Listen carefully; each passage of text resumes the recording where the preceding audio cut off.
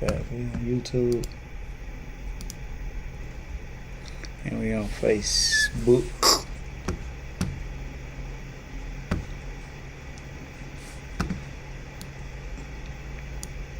And we live. We live. Yeah. I mean, you know we tell me to go viral, man. Go viral. Let's do it. Man, bro. How you feel about Stephen A. Smith, man? Stephen A, man, I ain't gonna get that far, man. He's a good guy, man.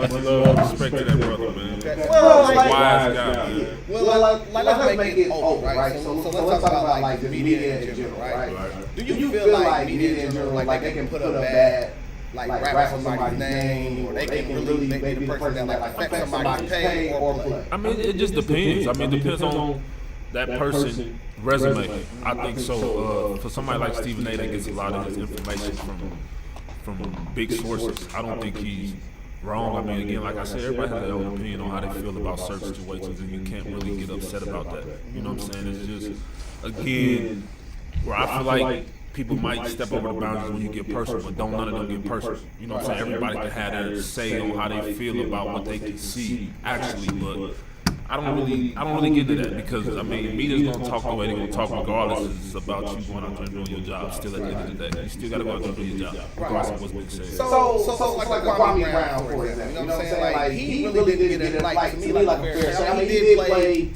like a long amount of seasons, but like media kind of was hard on more than anything. I mean, because you gotta think about it. He was the first round draft pick. I mean, that's a lot of expectations. I mean, that's the same way with Greg Oden. A lot of people always say, you know, Greg didn't get hurt. You know what I'm saying? I mean, it's the same. I mean, at the end of the day, Kwame probably didn't get the opportunity that he really wanted. Excuse me. But at the end of the day, I mean, that's what you expect from fans and people that put you on this level, and you couldn't get there because of the situation you was in. So at the end of the day, I feel like Kwame didn't get the fair opportunity or chances like Meaning did, but still being a first round draft pick, no one draft player. You know what I'm saying? It's a lot of expectation going into that draft when you get picked at that number. Right. I mean, and then also it's like that with like certain sports teams, right? Yeah. Like I mean, like we heard before where like players are playing in Boston, for example, and I've heard it like it's like a racist. It ain't necessarily racist, but they do speak. They what kind of things have you heard? I mean, you hear a little bit of everything, man. I mean, Cool. I don't hear that. I haven't heard that. Never heard that before. But they cuss you out. You know what I'm saying? To an extent. I mean, you've seen that in a lot of arenas, but I've never heard nothing outrageously racist in Boston ever. While I played, I'm only speaking from my time playing. I've never heard nothing like racially out of control playing since I played there. I want to play this. I want to play this. So this is what I would say is out of bounds. Out of bounds. So here we go, you guys. We watching. Mouth. If it comes out of my mouth, and I sit up there and I literally articulate the stuff that this man has done since he has been the executive of the New York Knicks, I'm gonna lose my mind. I ain't gonna be able to do the rest of the show. I'm telling you right now, it comes out of my mouth. I'm not gonna be able to control myself because I'm barely able to right now. I'm gonna try to keep my composure. A few moments later. His very first move as the executive was to sign Lamar Odom, who was on crack. Was that too far? Now, right, like, bruh. I mean, you speak your mind. I mean, Stephen A. is a very well respected analyst, media guy. I mean, at the end of the day, he doesn't hold his tongue for anybody. I mean, he says that's the good thing about Stephen A. I mean, he doesn't back down from anybody, and he tells you how he feels and tell you like it is. For sure. At the end of the day, if you can't respect a person like that, then who can you respect? Because it ain't like I always say, he's not hearing from just random people. He's hearing from reliable sources what's going on in the NBA. So he's not sitting here just lying about it. You know what I'm saying? So at the end of the day, what you hear from him is just strictly coming from him. You got to understand it's real and raw and uncut. And at the end of the day, if you can't get that from him, then I mean, you talking he's fake now. You know what I'm saying? So you gotta respect it at the end of the day. You know, certain names stick with you, like Westbrook. I mean Westbrook and I mean, they catching new cans and all types of stuff, which I feel is all bad. Like, these players are legends. Like, first ballot Hall of Famers. Like, if you get a chance to talk about them. You got to understand, like, I think sometimes people don't understand from a player's or a person's standpoint of view, because at the end of the day, you got to understand how does he actually feel about it. If he's not responding to it, if he doesn't care what that person say, why should you? You know what I'm saying? Like, a lot of times you see Kevin Durant, he might respond to certain things. You know what I'm saying? Like the Charles Barkley thing that happened. Yeah. Where, you know, he responded because I guess he said something about how he couldn't get it done, so KD posted on Instagram pictures of Charles Barkley playing with Hakeem Olajuwon and Clyde Drexler. Oh yeah, he did. He was fired back. But at the end of the day, KD picks and chooses his battles and his fights. You know what I'm saying? But at the end of the day, like the Westbrook thing, like Russ doesn't care about that, because at the end of the day, Russ still gonna go out there and give you 150%. So that doesn't bother him. As long as you don't go personal with certain players, y'all don't really care what you say about it. Because at the end of the day, ain't none of us perfect. And y'all, after, regardless if we do something good or bad, y'all always have something to say about us. So at the end of the day, I can do something good tomorrow and, oh, Westbrook was on fire. Yeah. Tomorrow, he's Westbrook again. You know what I'm saying? Kevin Durant can't. You know, it's like, it's always back and forth. You know, at the end of the day, you got to pick and choose, and they really don't do that. You on their side when they doing something good, but then you on their side when they doing something bad. So you're kind of in the middle, and you don't really have a side that you're really on. But it's like, for me, I always look at it as a player standpoint, like, what does that player, how does that player feel? And if that player ain't bland, like, basically yelling or going back at that person, why should we? I mean, if it doesn't affect him, I mean, as fans, yes, it does to an extent, but we still got to think about the player. I mean, he's still going out there. Kevin Durant still going out there averaging 30, being the most efficient player to ever play this game. Man. So at the end of the day, who cares about what he's saying? I'm still doing my job, and he's apparently doing his with his opinion on how he feel about it. What is the criteria that somebody should hold to actually be an analyst? What's the criteria? Yeah, like what makes somebody qualified to be an analyst? That's a great question, only because I don't know that answer.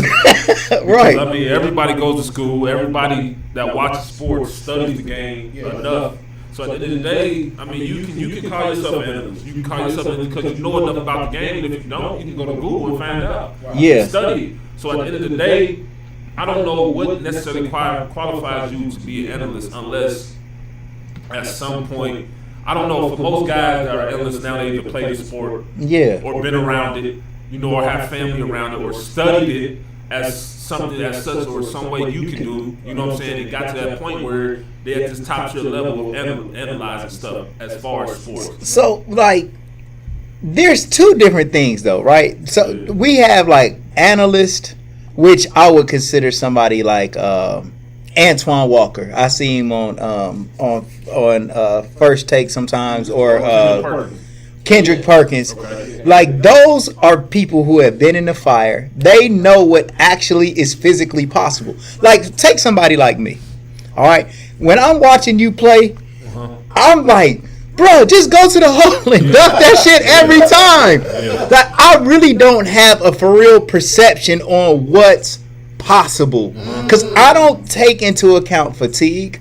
I don't take into account injuries. I don't take into any of these things. The only thing I am is just somebody who believes in you. And I'm almost putting you on a hero status. So in order for me to be a true fan, that is. That's a fan. But that's what I think. But these fan people are now analysts, and I don't think they qualified, man. I mean, like, but you hear a lot of analysts say they are fans of the game and fans of certain players. Stephen A. said all the time. I mean, right. We talk about certain players like Kevin Durant. I mean, or fans are fanatic. Like, you are literally thinking of something. Like, we call ourselves fans. We can believe that, like, you do the video game. Like, literally, you like I'm like LeBron. He can dunk every single time I come down. Yeah, I mean that's crazy because it makes sense, but when you think about KP or Antoine Walker, for the most part, all they talk about is basketball. Yeah. So when I think of an analyst, I think of people like Stephen A.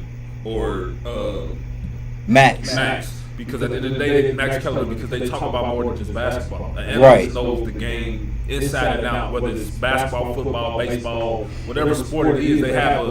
They have an idea or a strong mind of what's going on in that sport outside of what we know as fans. See, I would think of them more along the lines of a reporter. I mean, but most of them are reporters. I mean, They start as a reporter, okay, and then after reporting so much, you become an expert and to analyze what's going on. So most of them do start off as reporters. Because Yeah. tell you every time, you know, I start off in Philly or I start off in New York, and I got here, but like you said, they start off as reporters, and then this is the part where they become analyzed. And they analyze. They report it so much that they become analyzed. They analyze everything, and now they go from a different view. Now they don't see it as a reporter anymore. Now they analyze it and they understand it differently than these reporters. You know what I'm saying? So that's why they. I don't know. It's hard to kind of understand, but they're there. You know, we listen to them every day. So. I seen a so-called analyst right on CBS, and this guy was clowning Jordan Poole when he got drafted.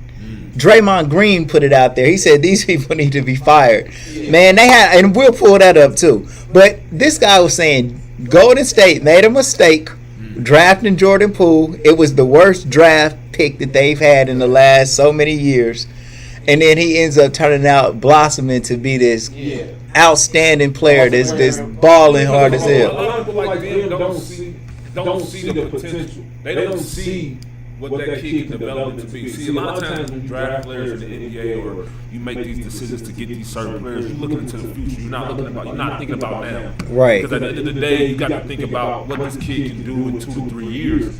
If Steph or Clay, leave, retire, these are the things I got to think about. And people don't understand that it's not necessarily about now because I got a team for now. Yeah. It's about developing this kid for later. So when they start to slowly but surely progress downward, he starts to come up what he's doing now. Yeah. You know what I'm saying? So at the end of the day, that's just like a prime example.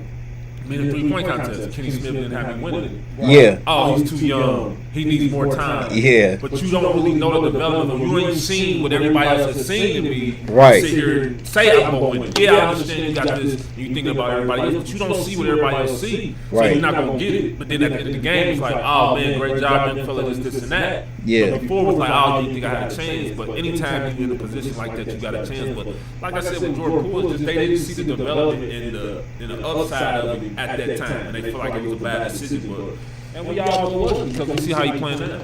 So listen, I'm glad I'm not an analyst. I had one of the worst takes, and I always like.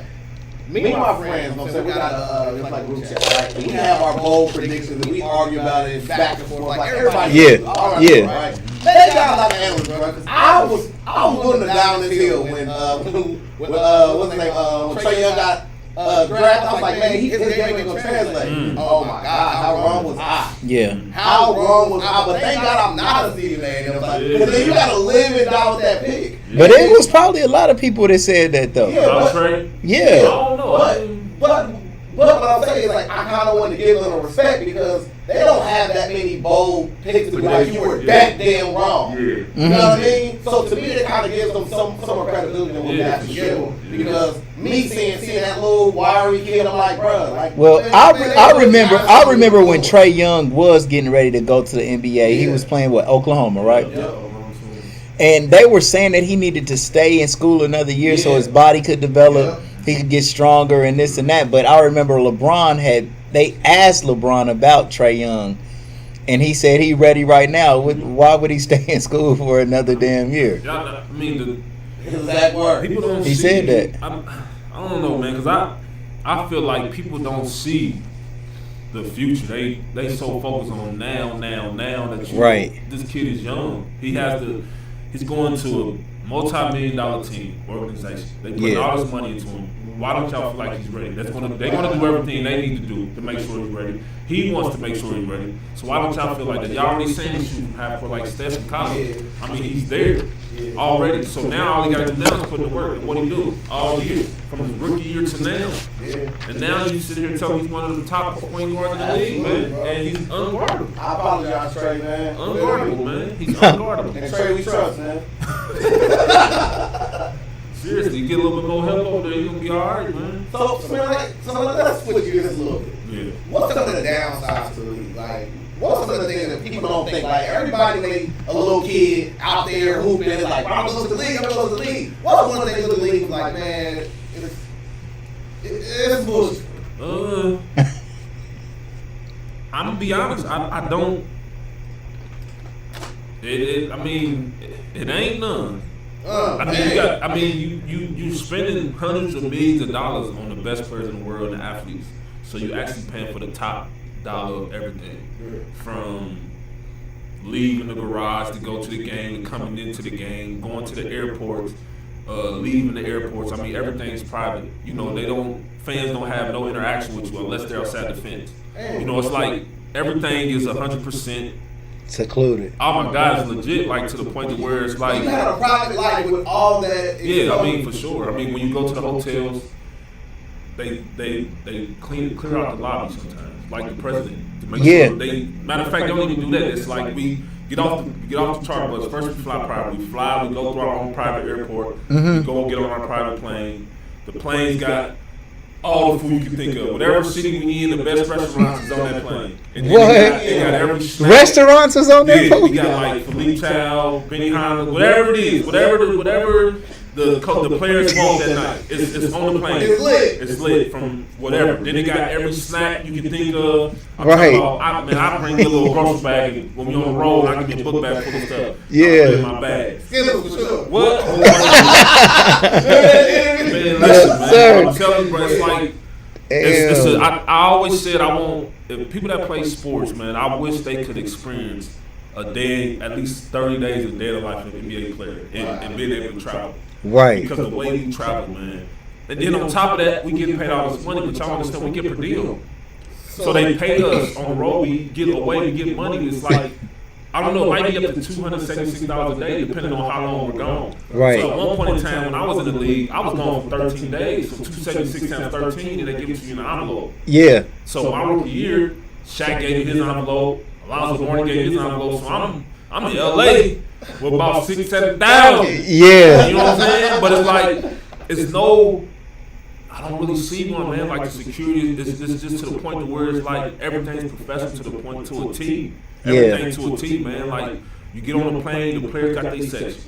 The coaches all in the back, then you got the media guys that roll, which they on the plane with you as well. Yeah. You get to the, like I said, you get up, you get to the airport, then you get off, you fly in to wherever you go to the private side.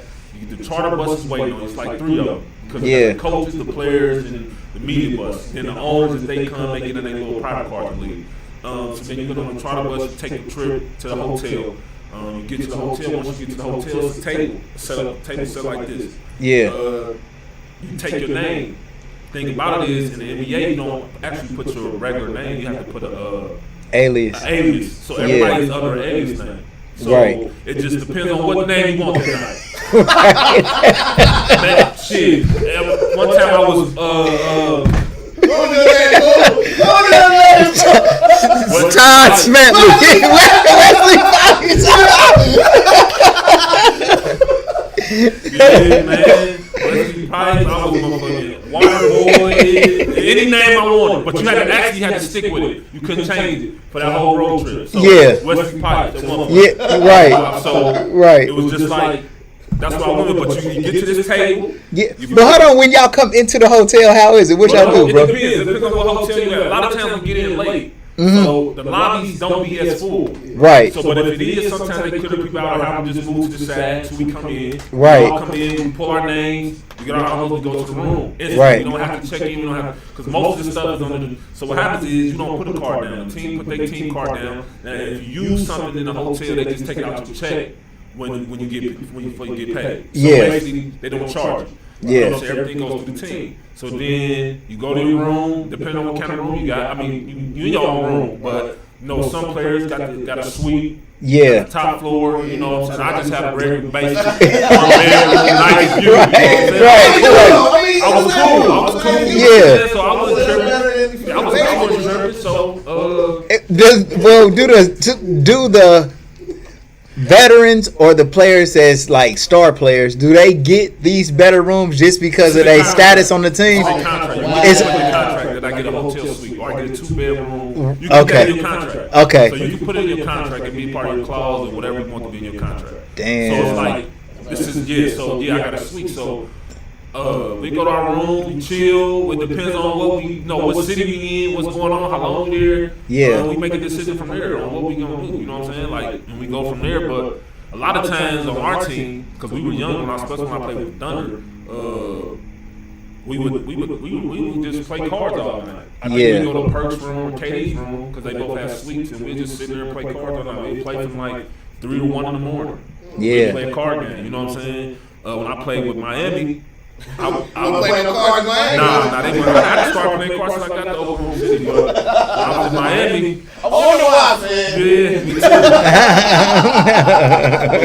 It was lit. But in Miami, people don't know my first year. I wasn't old enough. I was only 20 when I got drafted. Yeah. So it was like, in Miami got me 21. Yeah. So I could never go out in Miami. Right. I had to go out on the road. Damn. So it was different. Oh, the clubs, and everybody knew you and knew that you wasn't old enough. Right, exactly. But then I didn't drink or nothing anyway. So it was like, so when my homeboys and stuff came down, they just kick it on South Beach. Yeah. Scooters and they just be riding around all night, but we could never go out. Yeah. So my second year, when they came down, we started going out. That's when they started getting lit. But before that, prior to that, it was like I was just always on South Beach. Like the most I could do was go to have a nice dinner. And then I Prime 112 or Prime Italian. My man Simon, big boy down there. Yeah. Down there, Simon, man. He owns that. He owns the club, bro. He owns the best restaurant down there. Oh, he does. Prime Italian, all that, the best restaurant on South Beach. Hands Wow. down, he's still running since I've been there. But that's all I used to do was go to the restaurants, and that's when I started seeing all the stars, man. I was getting starstruck. Yeah. Just so many people out What was there. the first person you saw and you was starstruck? I'm gonna say it was Tim Duncan. What? Yeah, when I went to my NBA draft workout in San Antonio, it was Tim Duncan. He was the first. He was the first person I seen. And then I seen Shaq when I worked out for Miami. I don't know if I told you about Shaq bought my first iPhone. Nah, I know he came and swooped you He up. picked me up. He picked me up from the airport. I was actually waiting on the team to come pick me up. And Shaq was there picking somebody like, who you representing? I'm like, waiting on get picked up. He's like, I'll take you. Yeah. To the South Beach. This is when the iPhone first came out. Right. Hadn't even been out the whole day. Shaq goes, I'm sitting in the car, Shaq goes in the iPhone store and buys like 8 iPhones. Right. Right. Yeah, so that was my first. Yeah, man, that was my first little. Man, I seen him. Most of them was players because that's when I first started really seeing, some of the superstars. But then after that, man, whenever we went to LA, when I played in Miami, I mean, Gabrielle Union, Vivica Fox, Yeah. Vanessa Williams, For sure. Damn. the Kardashians. I met Chloe, Word. Laura London, Yeah. Tyrese.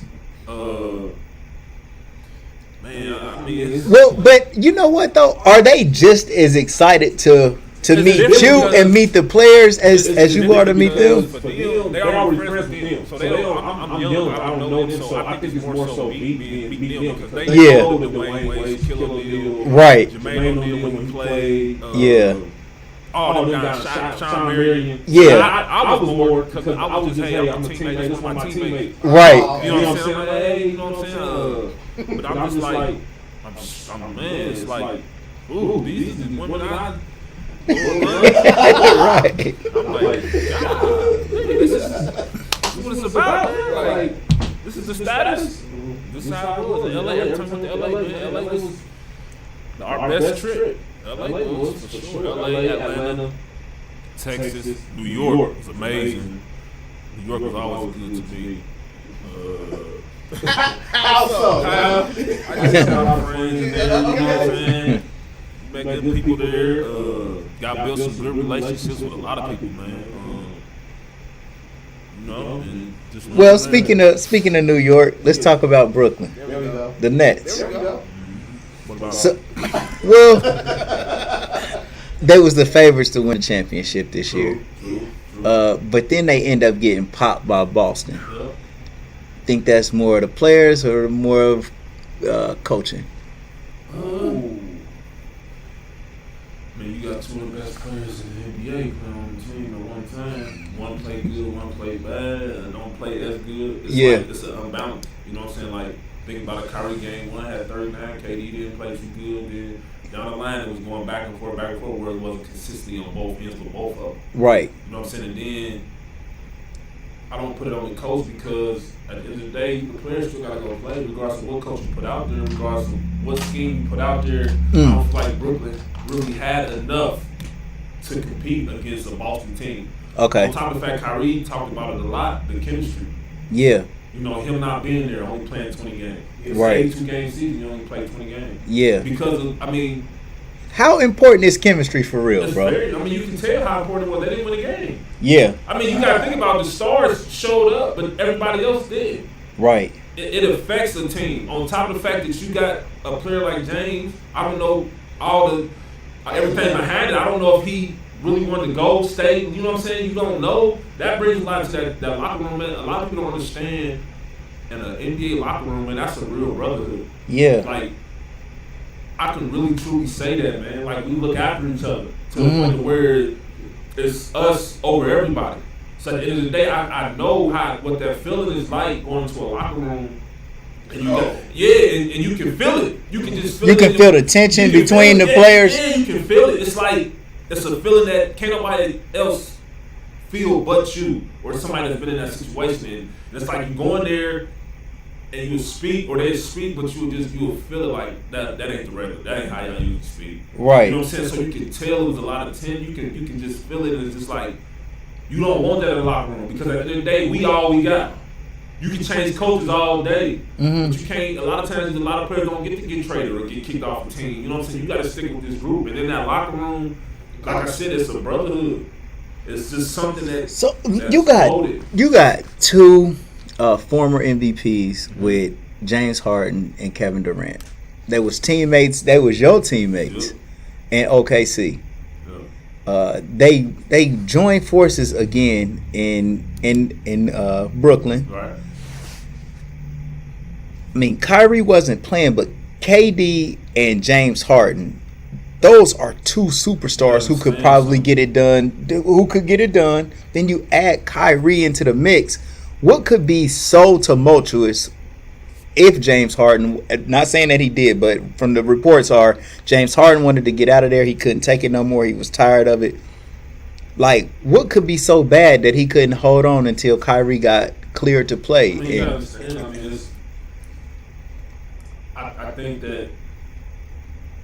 think it just, to really understand, you gotta be in the locker room. You gotta be around it to really. It's deeper than just what we see as fans of the game. It's deeper than that. They might not have been talking in practice. They might not even talking on the road. They might not even communicate at all.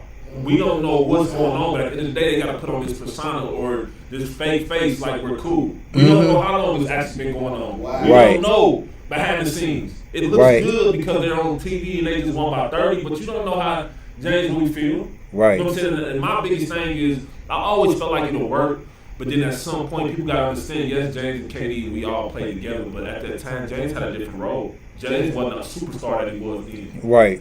James is a 30-plus scorer every night. I got the ball in my hands. 48 minutes a game. I got the ball in my hands 42 or 48 minutes. Yeah. Now I got to share with KD and Kyrie, two other guys that can do just as much as me. Yeah. So at the end of the day, it feels like sometimes it might come to a time where I'm not the person I used to be because I'm not doing what I used to do. Right. And sometimes you can't take that type of back seat, and that's how I feel about James. People got to understand, James took a back seat for 1 year. He said that when he came to Brooklyn, I'm going to take a back seat. Right. But at the end of the day, something didn't click that second year that made James feel the way he do. Because James, at the end of the day, all he want to do is ball. But if you ain't balling comfortably somewhere, you don't want to be somewhere you're not comfortable. So at the end of the day, he was somewhere he wasn't comfortable. So at the end of the day, you don't blame him for that. He wants to get out. He wants to be comfortable, be able to play again. He's probably gaining weight. He's mad. You know, they were saying all this, but he's uncomfortable. Yeah. At the end of the day, you spend all this money on this player. Try to make that player comfortable if you really invested that much money into him. He showed that he was versatile, though. Like, out of the three players, KD, Kyrie, and James, I do think James probably had kind of like made the biggest sacrifice. He made the biggest sacrifice of all. Yeah. But with that, it showed how talented he really was. Because like they was giving James Harden all of these MVP considerations. He ended up getting hurt or something that kind of derailed it. But James Harden was playing great. I mean, but have we noticed a decline in James Harden's play this year? Well, I want to speak more to what he added to that situation first. Before we go to that part, because to me, I felt like that's what was missing in this series. I mean, yes, you gotta. You know what I'm saying? Like, you get a ball to KD and he gets you a bucket. Get a ball to Kyrie, he gets you a bucket. But the facilitation is what James Harden brought. Yeah. He was the clock that made the whole system run. Like, yeah. It didn't work without him taking it out. And that was why I feel like they missed Ben Simmons the most, because he was the person that could have been like, I don't even need to shoot the ball. Yeah. Like, that was the biggest part to me. Him not playing was the reason they his didn't presence win. alone, I think, would have made an impact. Ben Simmons? Yeah, I don't think defense-wise. I don't think Ben understood that part. But at the end of the day, too, like I said, as a fan and as a player, understanding what his viewpoint, he's not ready. You get ready to go up against Boston. I mean, you ever had that mental block before or anything of that nature? Yeah, I have. But at the end of the day, you got to understand, he's already in the mental mindset. He's already playing that game. He's already saying he's mentally out of it. So at the end of the day, you got to take that into consideration, because we don't know how serious it is, and we don't know if it's real or not. But we got to go off what he's saying about it. So at the end of the day, I don't feel like he's ready mentally for that series. He was playing like it. I mean, he was playing like he had some type of. He was uncomfortable. Yeah. I mean, but that's again, like you said, it's a difference between showing what you can do on camera and off camera. Yeah. I think he seriously dunk the ball and then go home like, man, I ain't ready. Well, the series that he played against the Hawks, though, like, I like Ben Simmons a lot, man. And I always thought that Ben Simmons was kind of like a LeBron prototype, damn near, man. His size, his ability to pass, he got some handles for him to be that big. You know what I'm saying? Like, he's sweet. But it just seemed like against that series, against the Hawks, and maybe even the series that they played to get to the Hawks, he just wasn't attacking enough, or he wasn't like really going as hard as I done seen him go before. Sometimes players show signs of them not want to be there. I mean, that's the way it's showing you. Yeah. I want to be there. I'm not comfortable.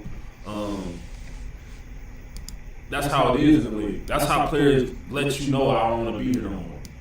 They still want to be in the league, but they just want to go to another team. Yeah, for sure. That's just how it is in the league. A lot of guys that do that. That's just like some people saying how James might have extended his hamstring injury so he could get out of Brooklyn. And then we don't know. Maybe he really was hurt. But then he got the feeling and felt better, or we don't know. But at the end of the day, you can't sit here and say this or that about a person. You don't really know. But again, fans don't think or say what they want to think or say about a person without knowing the actual facts, because of what you see and not what you really know.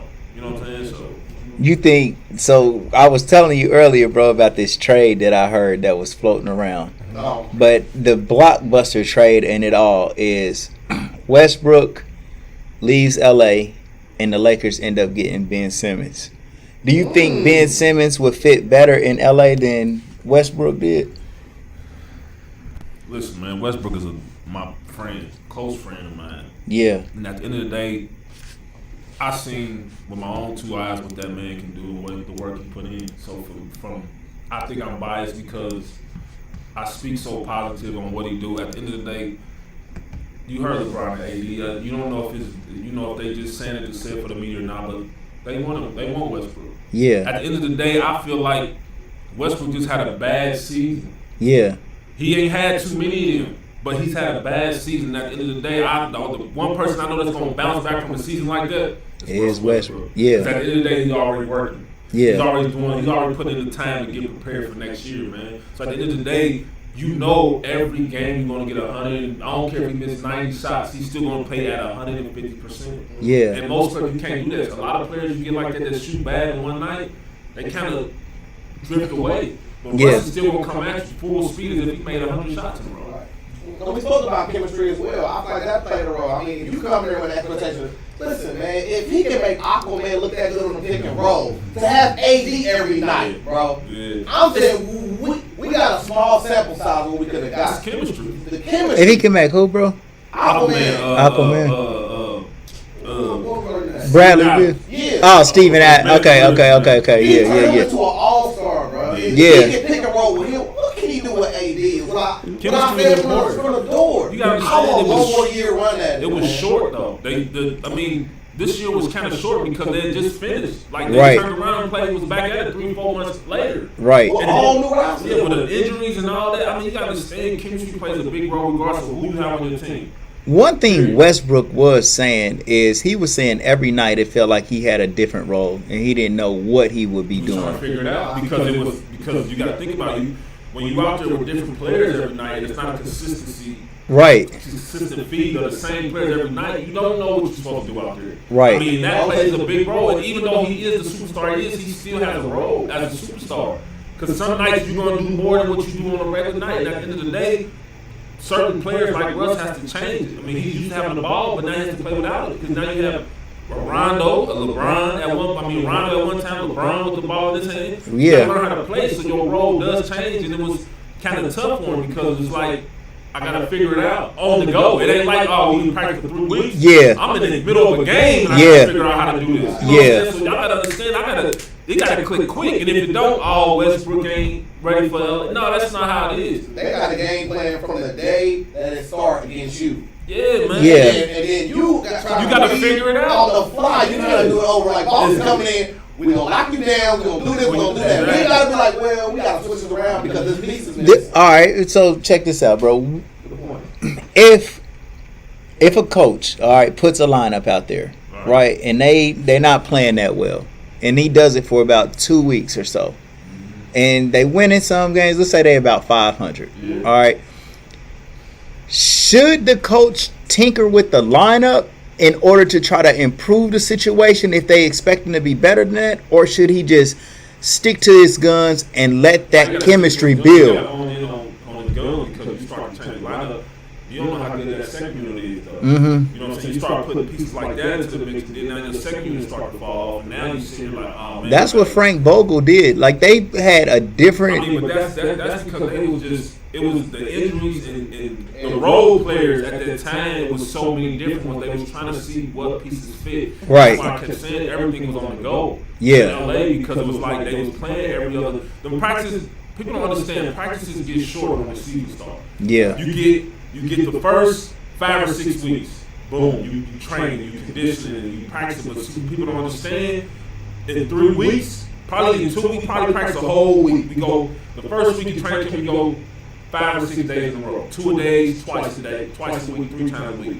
Then boom, a week later you got an exhibition game. It's time to play now. Wow. So you telling me you supposed to? How are you building chemistry with new players? Right. We only a weekend.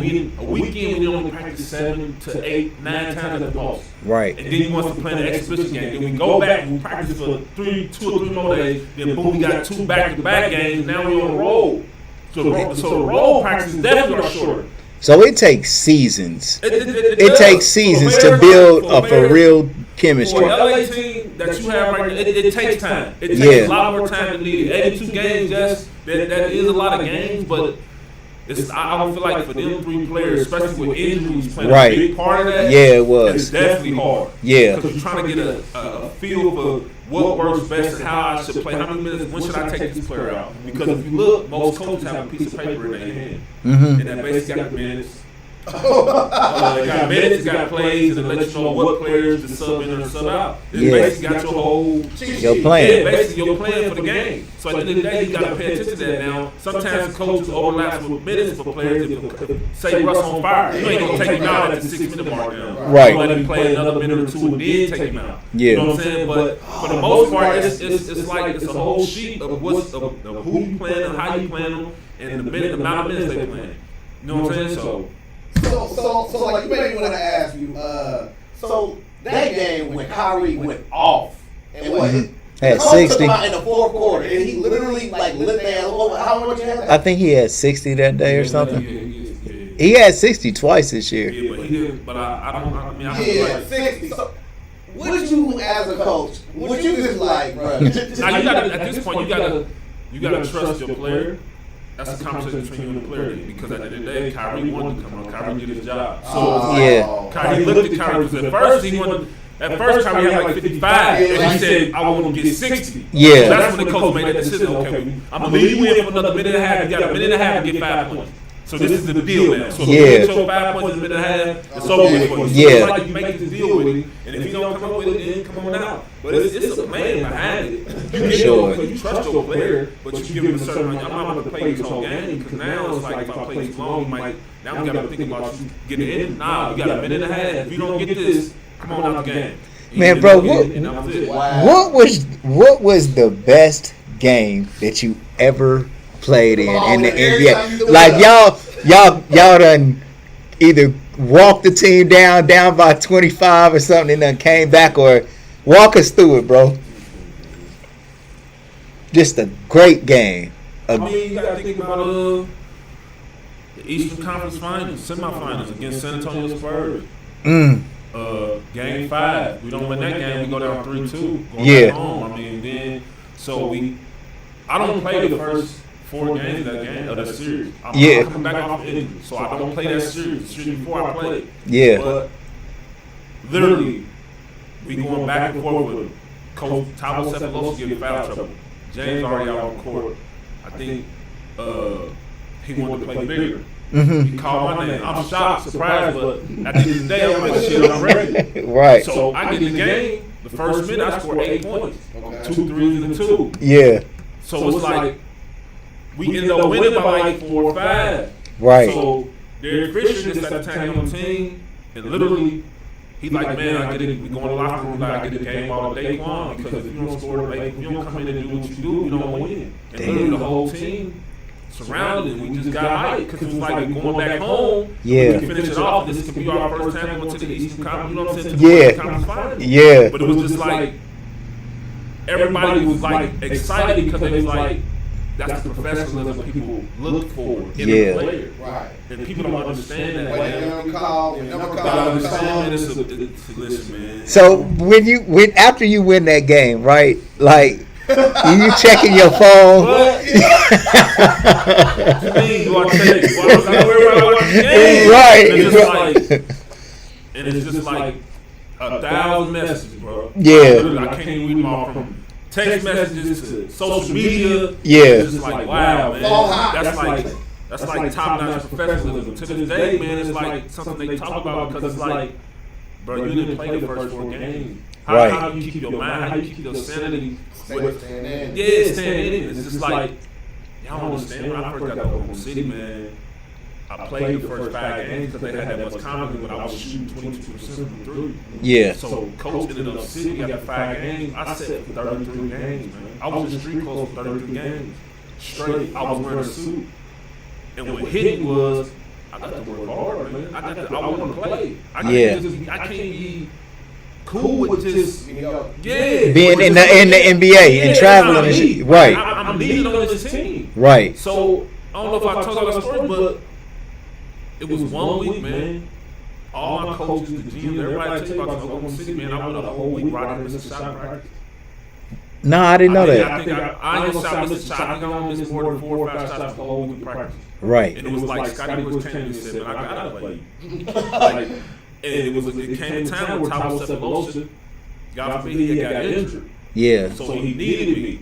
So he put me in the game. It was my first game back, man. And I went 3-5 from 3, and we ended up beating Washington Wizards in overtime at home. And from that game on, I was back in, bro. Yeah. Like I played the rest. I was averaging 6.5 points. Yeah. You know what I'm saying? Getting about 4 or 5 shots a game. Yeah. It was just like, man, you gotta understand, man. Like, hard to get into that rotation. it's hard, man. But it's hard because you gotta think about it. If you get pushed out of the rotation, there's 3 or 4 other guys already in line, so you gotta go to the back of the line. Yeah. But in my position, and because of my resume, I skipped the line. On top of what I was doing in practice, I wasn't passing it. That's my job. Yeah. I'm a defend, I'm gonna work hard, I'm dive for loose balls, and I'm also knock down this jump shot in your face. Yeah.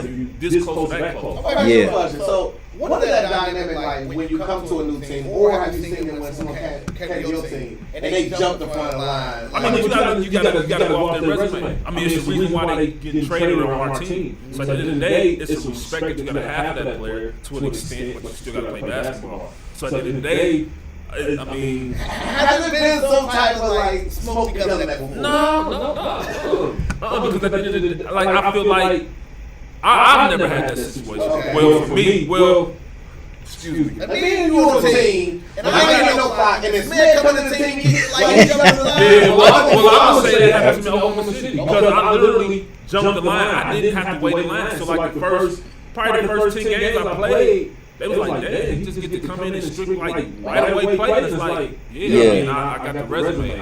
I'm a shooter. That's what y'all traded for.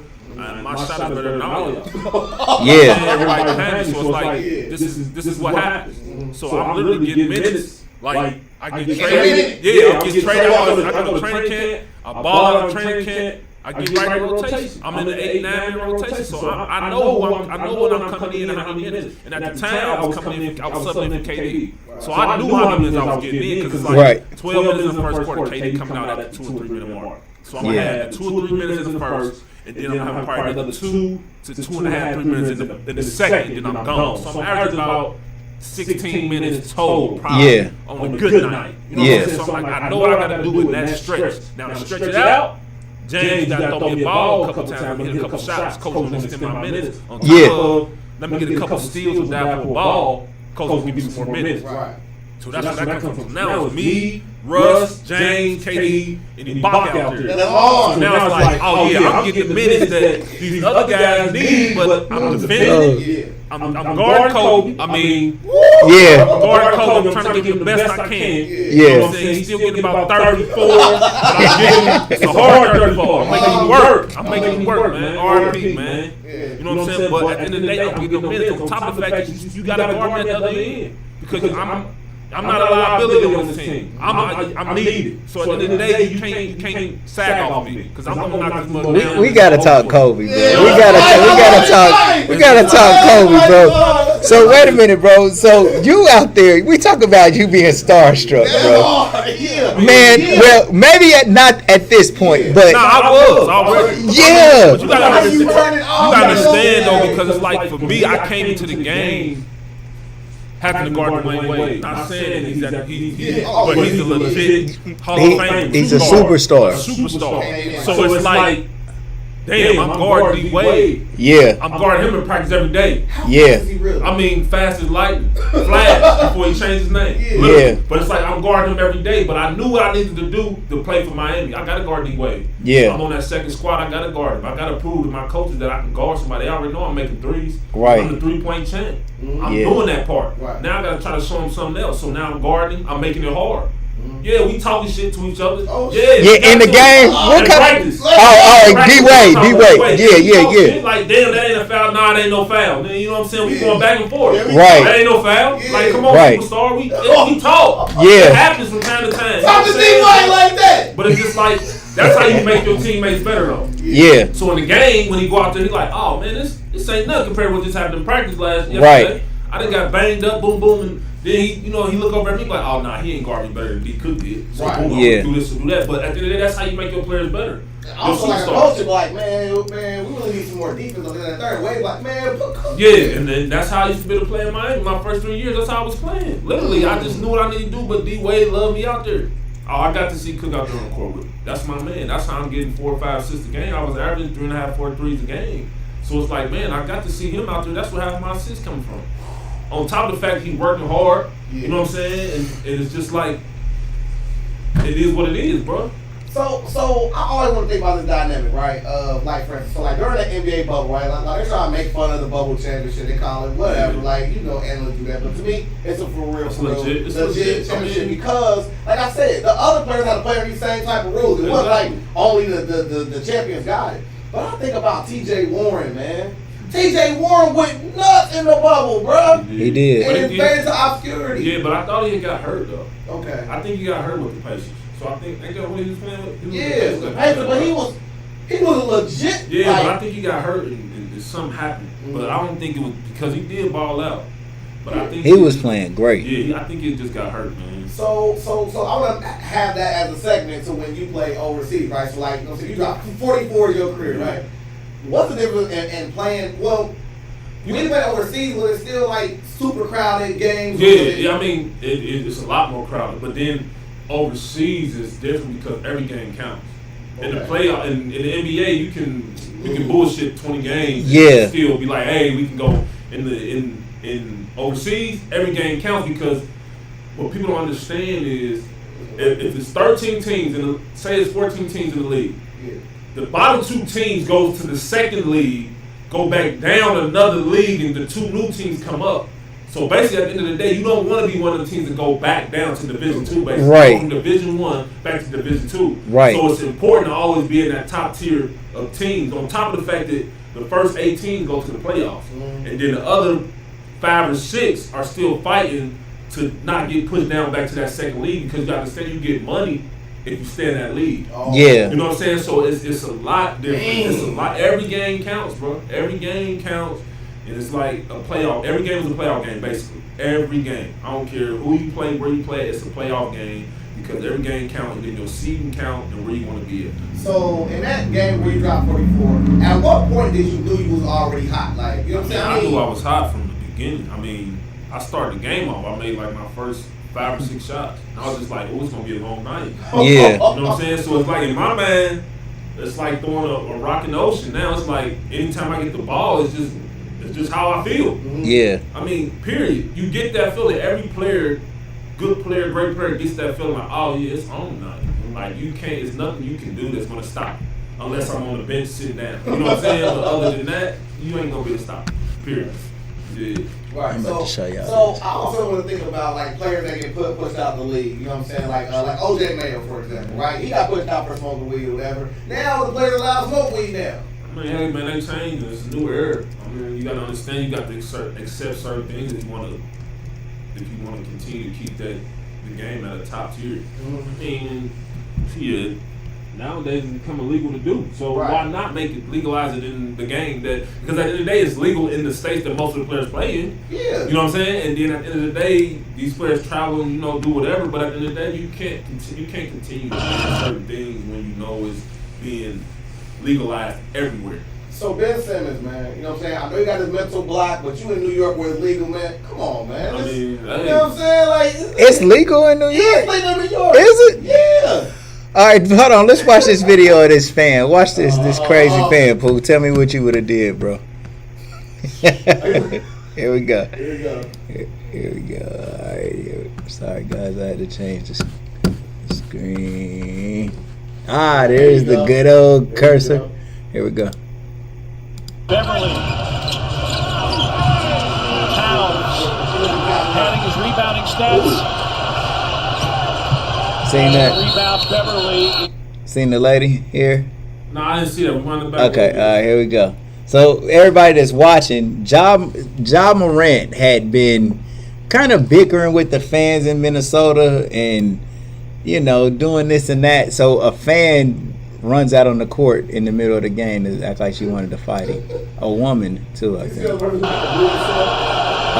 Oh, they drug her out. Hold on. Let me go back even further. Beverly. Towns. Adding his rebounding stats. Yeah. And a rebound Beverly. Because Ja, like, in a Ja's post game before this game, like they had just won the last game or something, and he was like, "Yeah, these fans is real disrespectful, so I'm gonna disrespect them." Like, you know what I'm saying? I've been noticing, huh? This ain't the playoff. Yeah. This is Minnesota. They just put out Minnesota. Game 4. Yep. They tied up.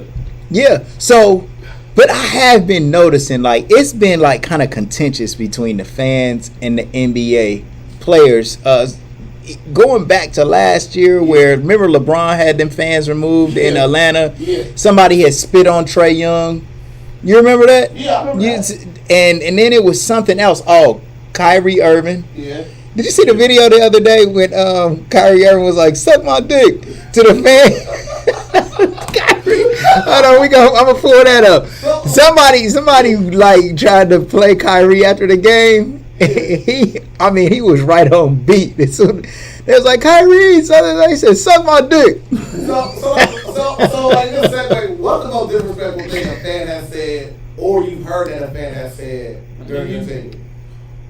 And they call you bitches, hoes.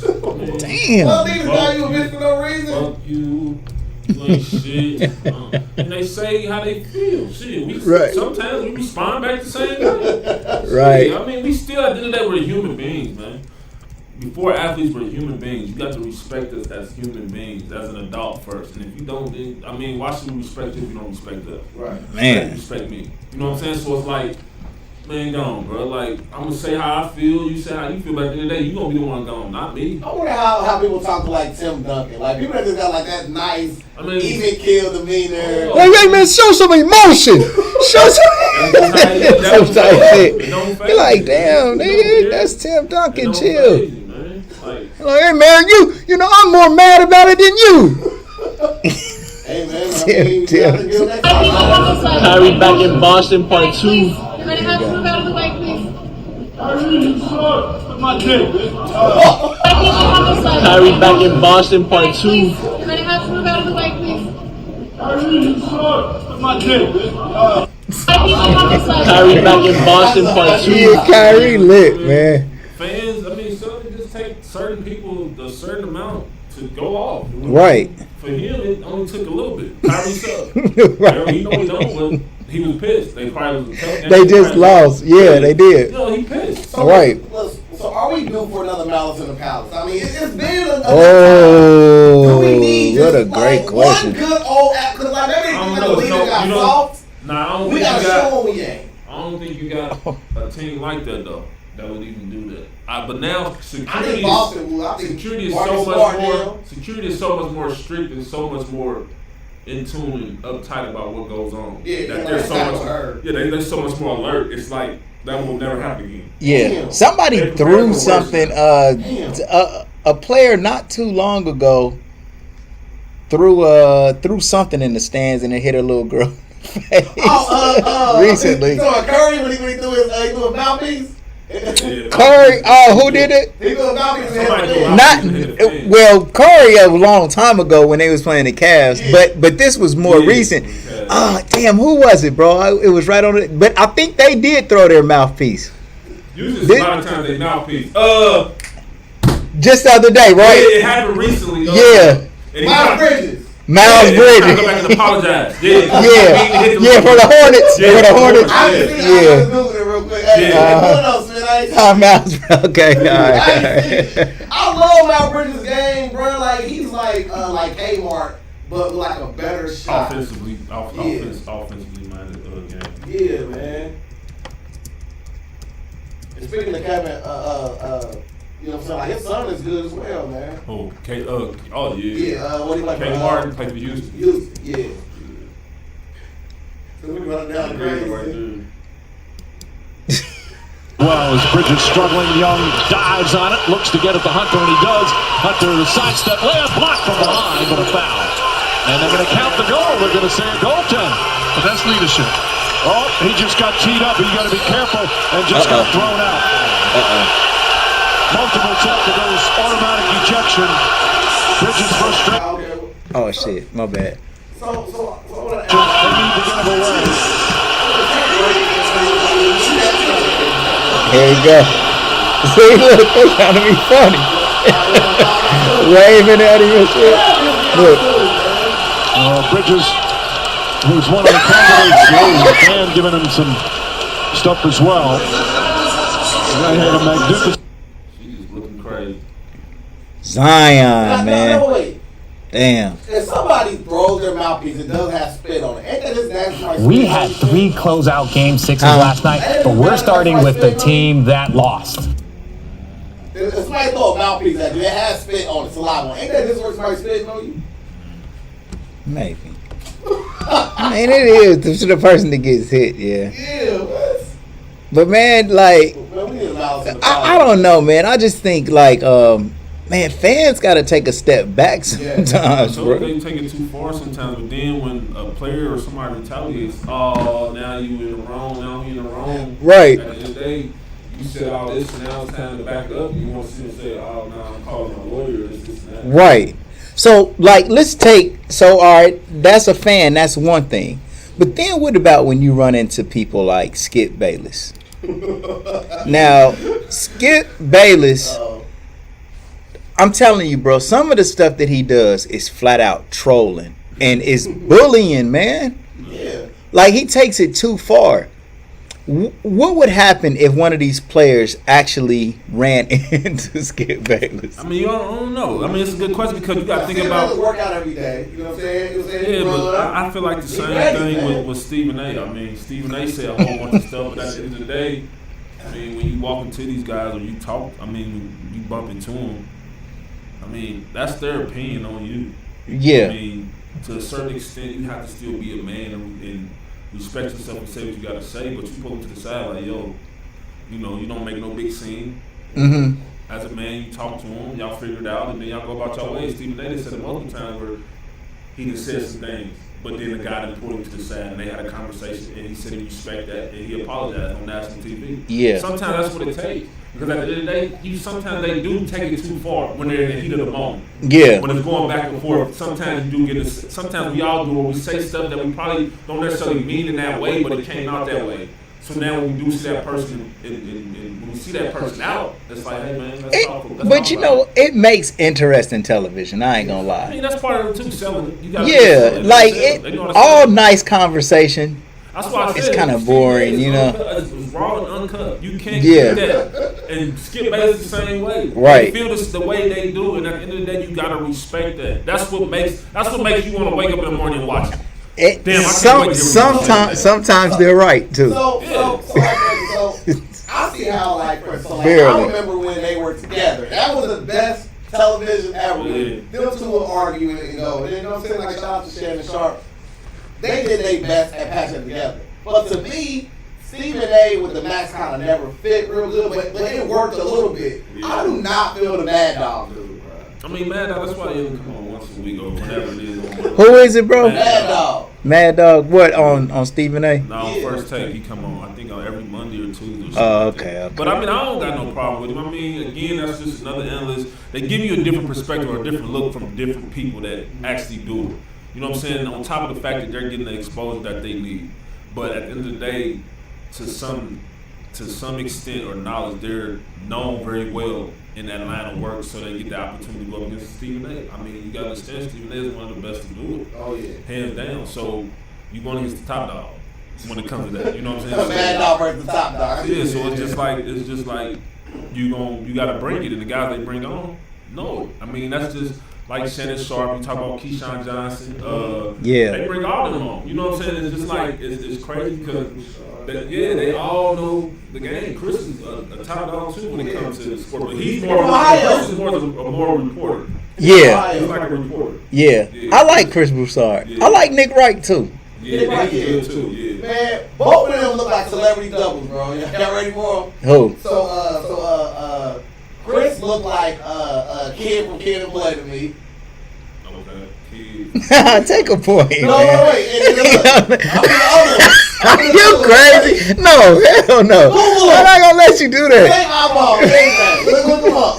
Google him. All right. That one we give you about a 4 or 5 on. I'll give you a 5 just to be cool. And look, the other dude like Nick, he looks just like Tom Green, bro. Please, man, take a point. Take a point from me. No, as a 3-point champion, take 3 points from Peanut. Bro, you about to lose it, bro. All right, we gonna see. You got a chance. Yeah, he do. Shit. Let me see. I'm gonna disagree. I ain't gonna lie. I'm gonna disagree. I got you. I'm too good at it, bro. I know too good at Tom Green for sure. But Kid from Kid and Play, you know that shit wasn't right. Yeah, Chris Broussard is a little. It's kind of like. You feel me? You got a hairpiece with it slick back. That's him, dog. He look like Nick a little bit. Look at my face, man. Let me put the camera on me, bro. First of all, we need to pull up Chris Wright. With a full beard, though. Dude look like him right here. I ain't gonna lie. Right here? Hell yeah, that's him. That's him. He look dead on him right there. I had to give you the right. So now, bro. Look like him. Come on, man. Bro, let's talk about the damn Kanye West and going viral with his wife and the kids. Oh, yeah, man. So, well, this is my question. It's not about Kanye West, but just on another note, like, Just be in the public eye and having a baby mama. Well, you can speak to that. they was saying that he rode around like it was a picture of his daughter like driving the car with the new boyfriend, like sitting on the boyfriend's lap. Is that? And they posted it. A little older. 8 or 9. Yeah. 8 or 9. Yeah. Let's see if we can find it. Yep. Let's see if we can find this pic. Cause we talked about this in the shop. Now, they said that can a woman bait a man into If that happens, that is baiting me into some drama, bro. If that happens to me, it's baiting into some drama. what's the boyfriend's name? Skeet. That's what they call him out, bro. His name Big Davis. What's Twitter call him Skeet? They call him Skeet Davis. Bro, that's a funny looking dude too, man. Big Davis.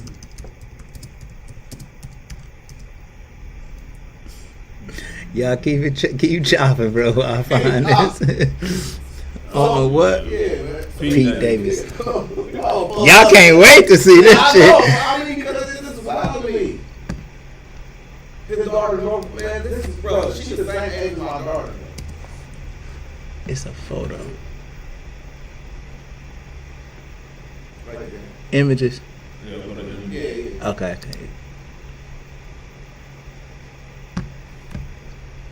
Right there, in that picture right there. You see it? Yeah. Exposed. Where we at? Yeah.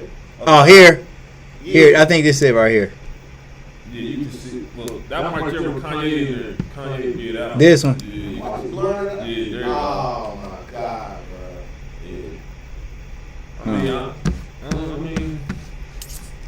I mean, as much as Kanye West been going off about Yeah. his I don't daughter get that and because at the end of the day, when it comes to my kids and how I feel, as long as that man respects my kids and love them as his own, at the yeah, end of the day, I don't have a problem with that type of stuff. Right. You know what I'm saying? Like, if you're looking for doing that to be disrespectful, then I don't know, you can't get that out of them. I mean, you're not, because at the end of the day, I mean, if you love my kid the way you say you love his mom or whatever, or her mom at that time, then I don't feel that way, but evidently Kanye feels differently than I do. well, And it got deep though. I mean, it went from social media, him doing what he doing. Yeah.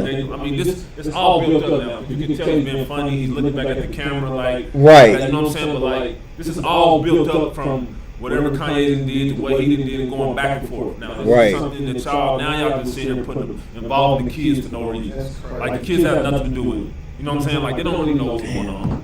And y'all sitting here, I mean, it's just too much. You know what I'm saying? It's too much. And the kids don't deserve that. nah, they definitely don't, man. That's like, it just depends on how somebody feels too, though. Cause like, if Kanye West does feel this way, right? I think that it's all right for the mom to respect those feelings and don't do things like this. Yeah. Just and on her behalf, if she felt a certain way, then it's okay for Kanye West not to involve his daughter in whatever the mother may not like.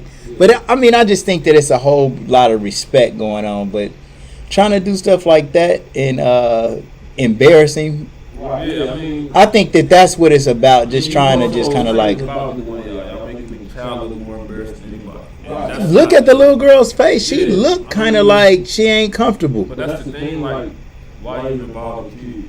Right. It has nothing to do with what you and him got going on about your wife. You know, And it's like, like, so like, I've been asked, like, for so I've been in blended, like, family before, you know what I'm saying? Like, for so, like, I was talk person about how, like, I grew up, right? So, like, my stepdad would do certain stuff with us, but certain things, he's like, nah, your real dad need to be doing stuff like this, because he looked like he's stepping on my dad's toes, and he did, you know what I'm Yeah, saying? Like, yeah. that respect was there, so I grew up knowing, like, even if you grew up with a family, it's certain roles and you don't cross, because it's like, nah, like, you don't want nobody doing it with your kids. Why would you go do it with somebody else's? Like, and I don't think Skeet is even considering that. Like, if it was your daughter, because, man, listen, karma undefeated, bro. Because the same little thought of he said, okay, I can do this with this or whatever. Like, imagine if he get Kim pregnant and then they break up. Imagine what you gonna do with your daughter. Yeah. I Yeah. mean, But I agree with what you saying the most, bro. Like a lot of times, no, I'm just saying because if you do move on in a relationship, some of that like animosity is built on bitterness that you still not with that person. You know what I'm saying? And so, you know, once I'm done with you, I'm done with you. I mean, once you get to that point, man, everybody has a different effect on people. You know what I'm saying? You can tell what type of person Kim was to an extent that Kanye was feeling the way he was. You know what I'm saying? After. So it's like, but then too, I mean, Kanye has built this whole family with you. Why would he want to give it up? Or at some point, yeah, you do feel a certain way in a relationship, but why even let it get that far where she wants to date somebody else? Why not fix it before?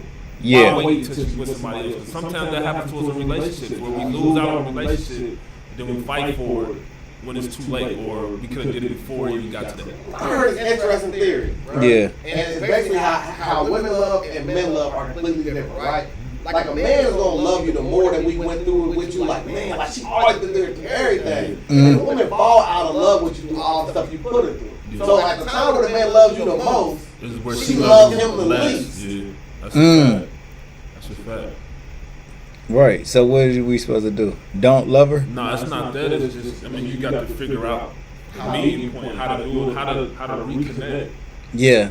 Because I ain't no relationship guru at all, but I just understand where you're coming from. Because now it's like if you wanted to work, or if you're still trying to make it work, how do we reconnect? How do we get back to where we was? Because I've taken a lot, you've taken a lot, I've taken a lot, you've given a lot. So how do we fix that? You know what I'm saying? So how I feel about it is, I feel like the man, to a certain extent, has more to give than she does, because she can give it all, on top of the fact that most women a lot of times go through a lot. So at the end of the day, it's like, man, I gotta figure out what I need to do to make our relationship better. You know what I'm saying? So it's like meeting and trying to figure it out. It's damn like I'm gonna start over. Let's try to start over and see where we can get these kinks back in order. It's gonna take a lot. In other cultures, men can have more than one wife. Right? Well, no, I'm just saying. And I think that relationships and families break up over unnatural settings sometimes. Yeah. I mean, like, you got a child by more than one woman? Yeah. You put? Me too. So what about if each one of our children's mother was a wife instead of a baby mama, and we all worked together as a family and built our business as a family, or built whatever it is that we're going to build? I mean, what is a marriage? Okay, a marriage is when two people come together and become one, and it's a bond that can never be broken. And the symbol of that is a child, though. It's two people, you come together, you make one. That's a bar. Right? And there's a bond that will never be broken. There's a bar.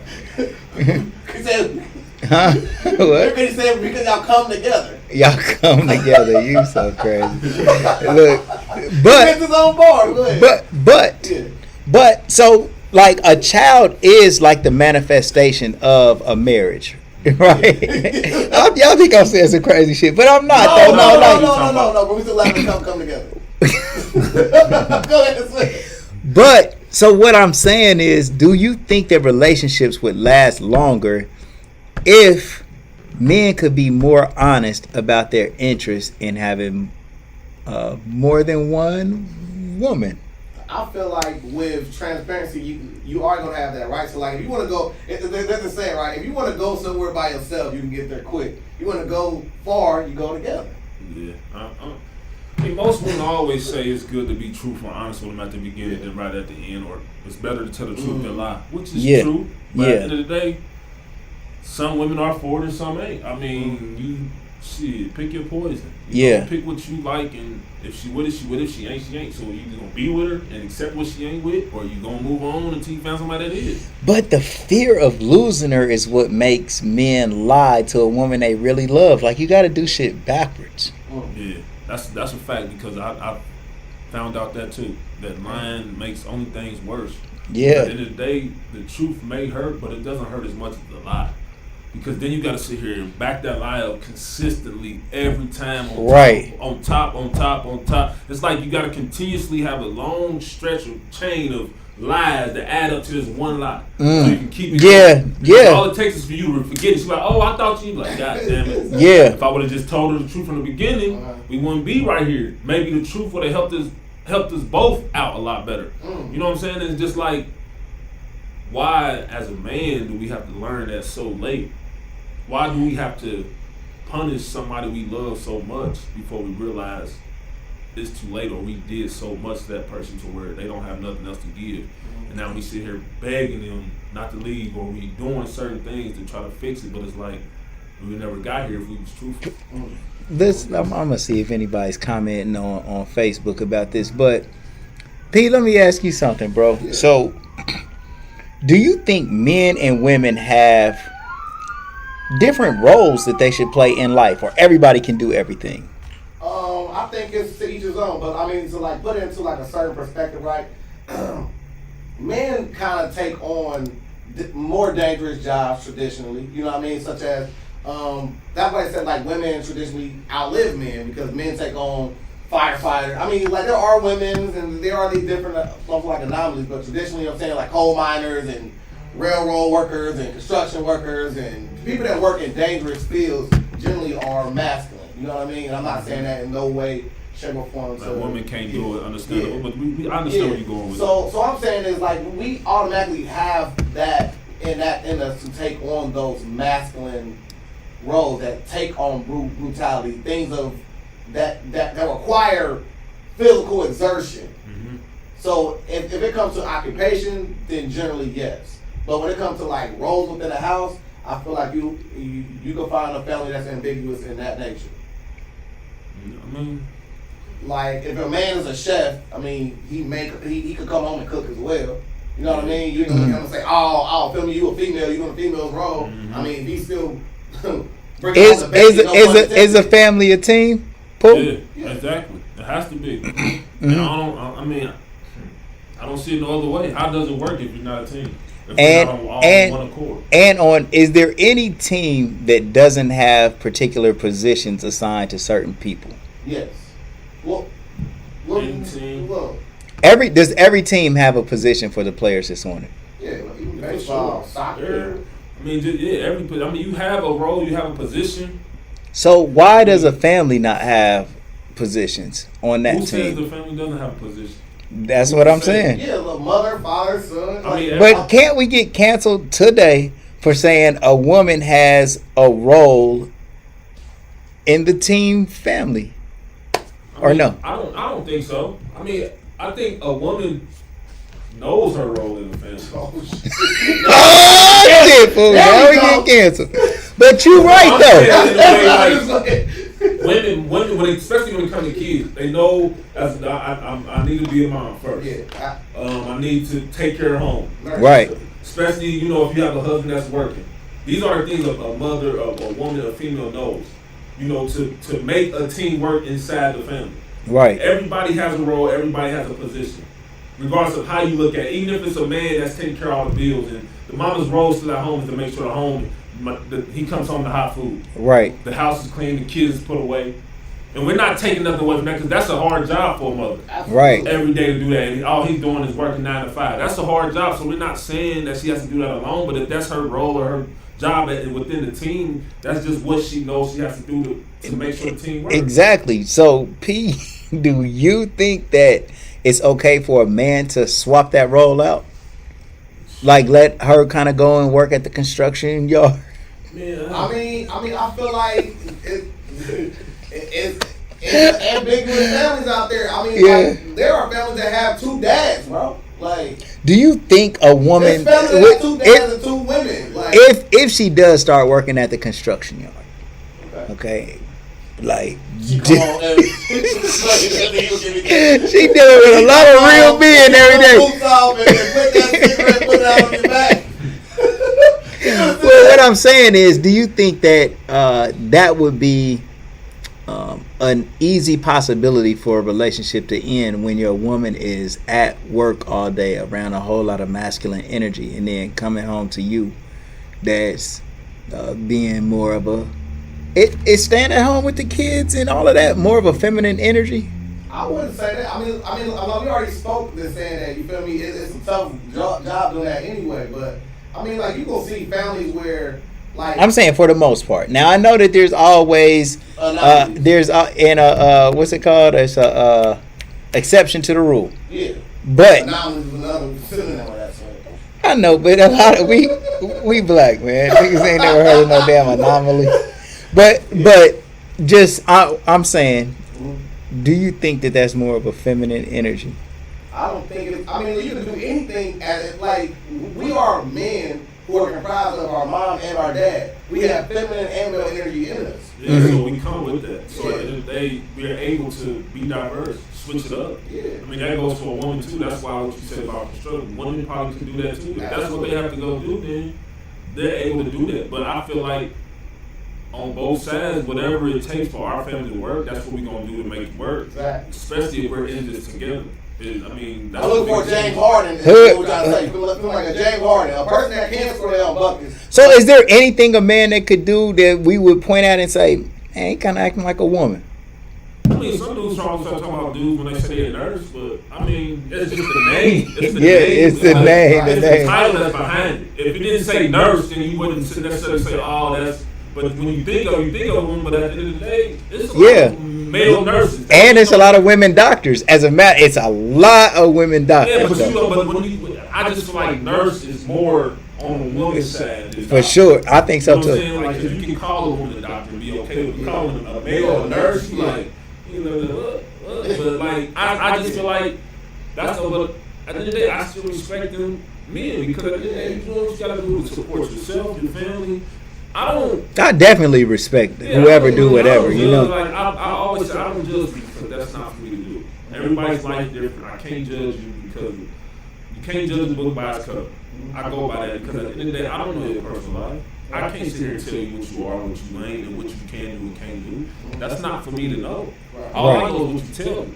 And I'm basing that off what you tell me, but at the end of the day, that still don't give you the right to judge you as a man or a woman. So I got a question. Hood is on the podcast. Hood is. I want to go back with myself. Like, okay. So like today or whatever, so I was in the basement with my dad all day, working on finishing the basement. I would not feel comfortable with my girl without what her granddad doing. Like, like, get out the way. I mean, that's I would have worked type of hard labor right there. Yeah, So I think I still inherently have that, like, you know what I'm saying, energy when it comes to the crib, like. So Hood he's on here. He said that he felt like yes, that is a way that relationships could end. Do you know that like? There was a long time ago, men had a problem with their women working. Yeah, I mean, back then, that's to a degree understandable. What was their logic behind that? I don't know. I think the way they were raised, I think it came more so. Yeah, because back then you gotta understand, men were working more than women. Women didn't have the rights of a man, so they expected that out of a man. So back then you expected women to only be housewives or housewomen or do certain things. So when you did see a woman work, it was like, oh, hold on now, what you doing? You know what I'm saying? But as the culture changed more and more, you start to see women are billionaires or millionaires or got jobs as men. It changed. But back then, when our grandparents and stuff, they weren't born that way. Do you think families stayed together better back then? Yeah, I would say so. I mean, my grandparents, they've been married for I think so too. years. So has women working destroyed the it depends on that man, though. Some men can't take that part of a woman being. We got to talk about the reason why it changed, right? The reason why it changed. More questions. The reason why it changed was this, right? Like, so, like, it was a thing called, like, affirmative action, right? They basically gave people points in the employment system, right? So, if you black, you get 1 point. If you black and a woman, you get 2 points. If you a woman in general, you get 1 point. So black people always have to compete in the market of going against just man to man, race to race, and also you have a woman that will be 1 point more than you just based off of affirmative action. People don't understand that. Like, I remember this one white lady saying, yeah, I'm looking for affirmative action. I'm like, you wouldn't have this job without affirmative action. It's true. Yeah, so like that dynamic changed a lot when it came to roles within like the black community, like in general, because you go from, you know what I'm saying, like the mama really can't get no good job down the street because it's already occupied by a male participant. So now, okay, now Tommy ain't a baker no more. He's moving into a different sector of business, and then no. Oh, well, I was just gonna tell you to try to just talk into your mic a little bit. And then, you know what I'm saying, like Tommy going from being, you know what I'm saying, like the baker on the block to now it's a woman's profession. It wasn't like that. Like those fields were men's jobs until they got regulated to women. Like to be a baker now, like, man, what you doing baking cakes, man? But it always been bakers. Like they were men until women occupied those places. Most of these jobs women occupy more of were men's jobs until women came in. So at the end of the day, it started out as a men's job. But now you see it as a women's job because you see more women doing it now rather than back then when it was basically like a secretary. Yeah. That's another job. When you say it, you think of a woman. But back in the Nurse. day, it was gonna be A dude. And not being funny so nobody to cancel us, but I do think women do a great job at being secretaries. Yeah, they are. I mean, they speak different. I mean, some men don't want to just sit there and answer the phone all day. Some men can do it. Some men can't. Right. At the end of the day, you go to the job that's best for you. I tell people all the time because I tell people all the time. So say a man does come to his woman and say, "Man, babe, I just got this good ass job as a secretary." She gonna feel some type of way. There are dudes working in call centers, bro. Well, yeah, they work at this, bro. That's like a secretary, though. A call center? A call center like a secretary. Hell no, a call center ain't no secretary. Hold on 1 second, let me pass you through. That's a secretary. Oh, man. Go do it, man. People working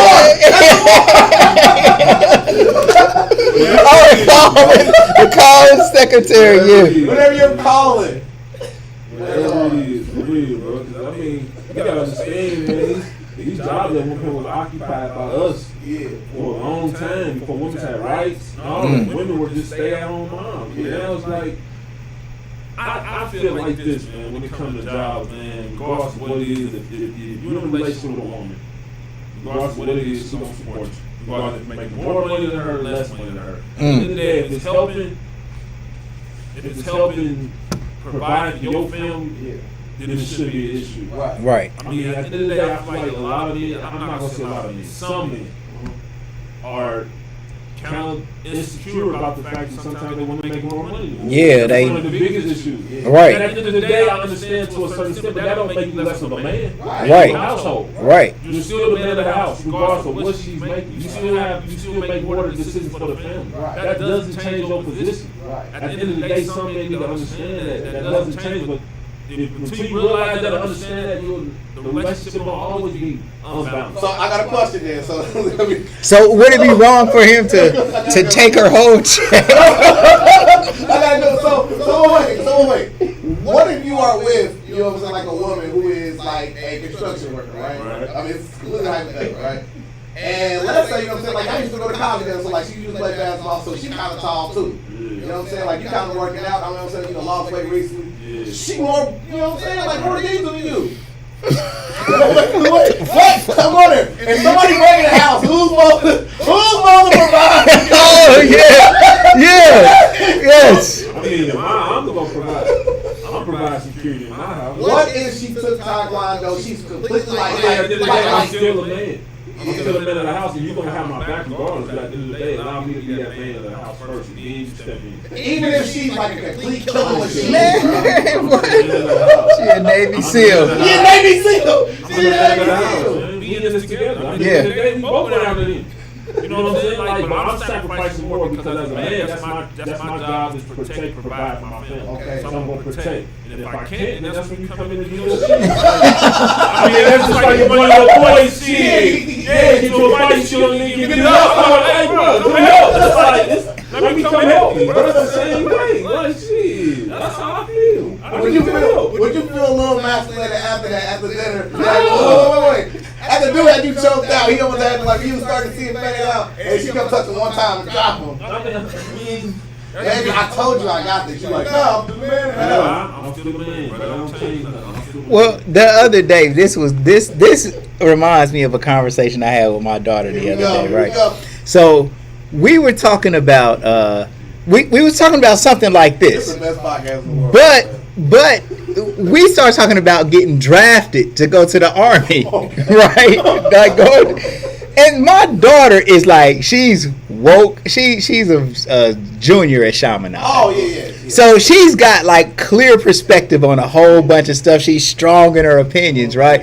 And she believes in women's rights to the fullest, right? As she should, right? But when it comes to the draft and going to the Army and having to fight, she said no. I mean, that's the right they had, though. Right. That's, at one point in time, it was just strictly men, but now it's like you have that right to make a decision if you want to go or not. So Right. I can understand her in making that decision because, I mean, that's just certain things women will not do. Yeah, but they don't want equal protection. They don't want to be equal in that realm when the bad shit comes. Right. I can get that to an extent. I can too, but you can't pick and choose though. Like you got the right to drive, and you like, nah, look dangerous. I don't want to. I have the right to drive. Yeah. It's not a right to get drafted. It's like that goes against your rights. Like you have to get drafted, and like you don't get a say so in it. But she don't think women should have to do that. Also, condition like, yo, like they can draft a chick like off the block, like yo, like you. And so let's say that there was a war, right? Go get the men first. Like my bad. Right, go get the men first, right? But is that fair to women? I mean, I don't know. That's a good question because, I mean, Are we treating them like they're not strong at this point? Are we trying to say they can't fight? I seen a chick on Instagram. Her name was like Rachel Nance, something worked out. Like she's a 6'5". Man, She can take my spot, bro. I think when you draft, I think it's like random names. So I don't know if it's men or women, but it's just funny that you said that because it's like, I don't know. Because they want to pick men, I don't know. Because there's women out there that's better than men, but Right. we don't know that, but at the end of the day, they pick who they pick. Yeah. You don't know how the pick is done. You're not the ones making that pick. Right. So at the end of the day, It should be every other one. As a matter of fact, I think there's more women in America than there is men. So for every two, I heard that it was 7-1 in America, if I'm not mistaken. So it should damn near be 7 women to every 1 man being drafted if it was all fair. Peanut, do you agree? Man, listen, look, I'm gonna show you who can take my spot right now. Oh my I'm God. gonna show you who can take my spot. Listen, they come in and draft Peanut. She can have my spots, man. Yeah, and she would take it. Yeah, you can have my spot. And my cookies if you want to. You can have my cookies too, bro. Like, bro. Smith. All right, hold on, man. Let's go to this. Let's go back to some hoop real quick. All right, so look. Pooh, can we get KD and LeBron to the Lakers this year, bro? This coming up year. What can we finesse? KD said he wanted to stay. LeBron said he wanted to be with the team. Damn. I mean, But do they say that publicly, but behind doors like, hey, bro, it's lit. you can't really say because at the end of the day, the way LeBron holds himself to a certain status, to where anything he says you believe it. Because outside of that, he don't nothing leak out. Yeah. No extra reports. He's a professional. Yeah. On every level. So a lot of times what he says, you believe it. Yeah. I have no choice but to believe because his track record is legit. You can't sit here and say outside of what you. LeBron don't backlash to people who don't do none of that. Now, KD backlash from time to time. Go off on people, but he has his right. I like that, man. I like that about KD, Skip bro. Bayless called. Like it. Yeah, I like that Kyrie said that. People say KD is real quiet. Well, Skip Bayless said he is the most thinest skinned superstar in the history of the NBA. He is, but you can't do nothing about it. You need to stop him.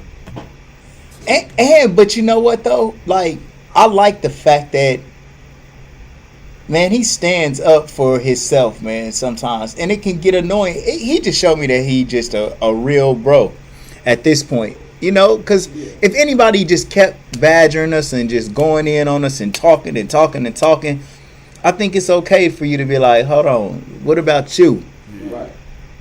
Because he out here taking care of his business, man, and it'd be a lot of fans is crazy, hoop, bro. Man. He only want to hoop. That's what I'm saying. He only want to hoop, man. And then, like, to me, it's terrible that we tear people down that just want to hoop, and then, like, you got the other people that, you know what I'm saying, that do like that kind of negativity. Like, you know what I'm saying, like the Marcus Smarts of the world. Like, if you talk about him, he gonna enjoy and revel that moment. Like, Ice Stray, like, when they booing him out there, he like, I can't wait to get this ball again. Like, those players are the ones that like it. It's like, should the media be a little more delicate with them? Or? You think that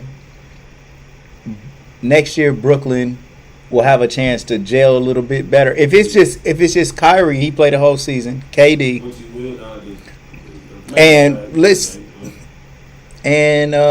think Ben gonna come back? Ben is locked in. He locked in. Yeah, he locked in. Well, I mean, they can extend Kyrie. Kyrie is the one that the float. Yeah. He says he want to be back. Yeah. And, you know, but everybody been talking about how Brooklyn shouldn't extend him more than 1 year at a time. Mm-hmm. I mean, and that comes Kyrie. Yeah.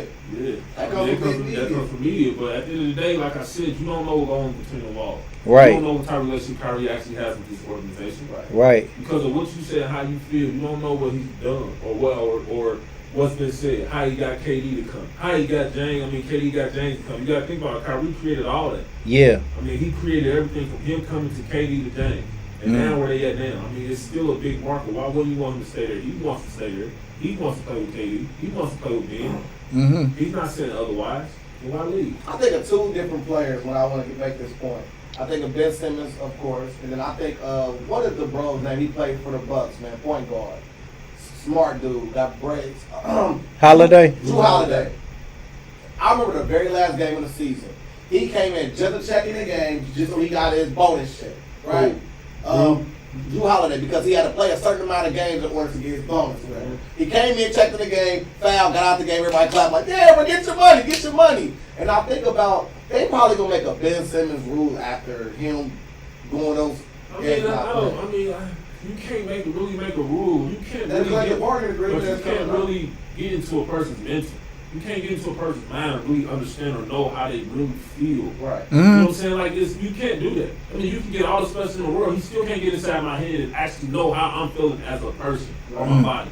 So that's why I always say, when Ben Simmons said he was mentally out of it, we don't really know. Maybe he really was. And the fact that he's not showing us because he has to put on a different face in public. I believe he was, bro. I believe it. I just feel like, you gotta understand, athletes of that caliber, man, has a lot to deal with. From being a superstar, to being a family man, to also being a human. Mm-hmm. It's a lot, man. It's a lot for one person to take on all day, every day when you got a camera in your face. It's a lot, and people don't understand that. And that can take a mental toll on you as a person. And for being the situation he's in, and come over here and people don't understand it, then people think you're lying. It's like, you're not really understanding from his perspective. All you're thinking about is the hoop side. Why you don't want to hoop? Or what's wrong with you being a Philly? It's a lot more to go into that as a player and as a human, and you got to respect that. You got to respect certain boundaries of a person when it comes to that. Because you're not, nobody's saying that they don't believe he's mentally out of or was out of it for a little while. But at the end of the day, Ben also got to make sure he sticks to what he says, and that's what it is.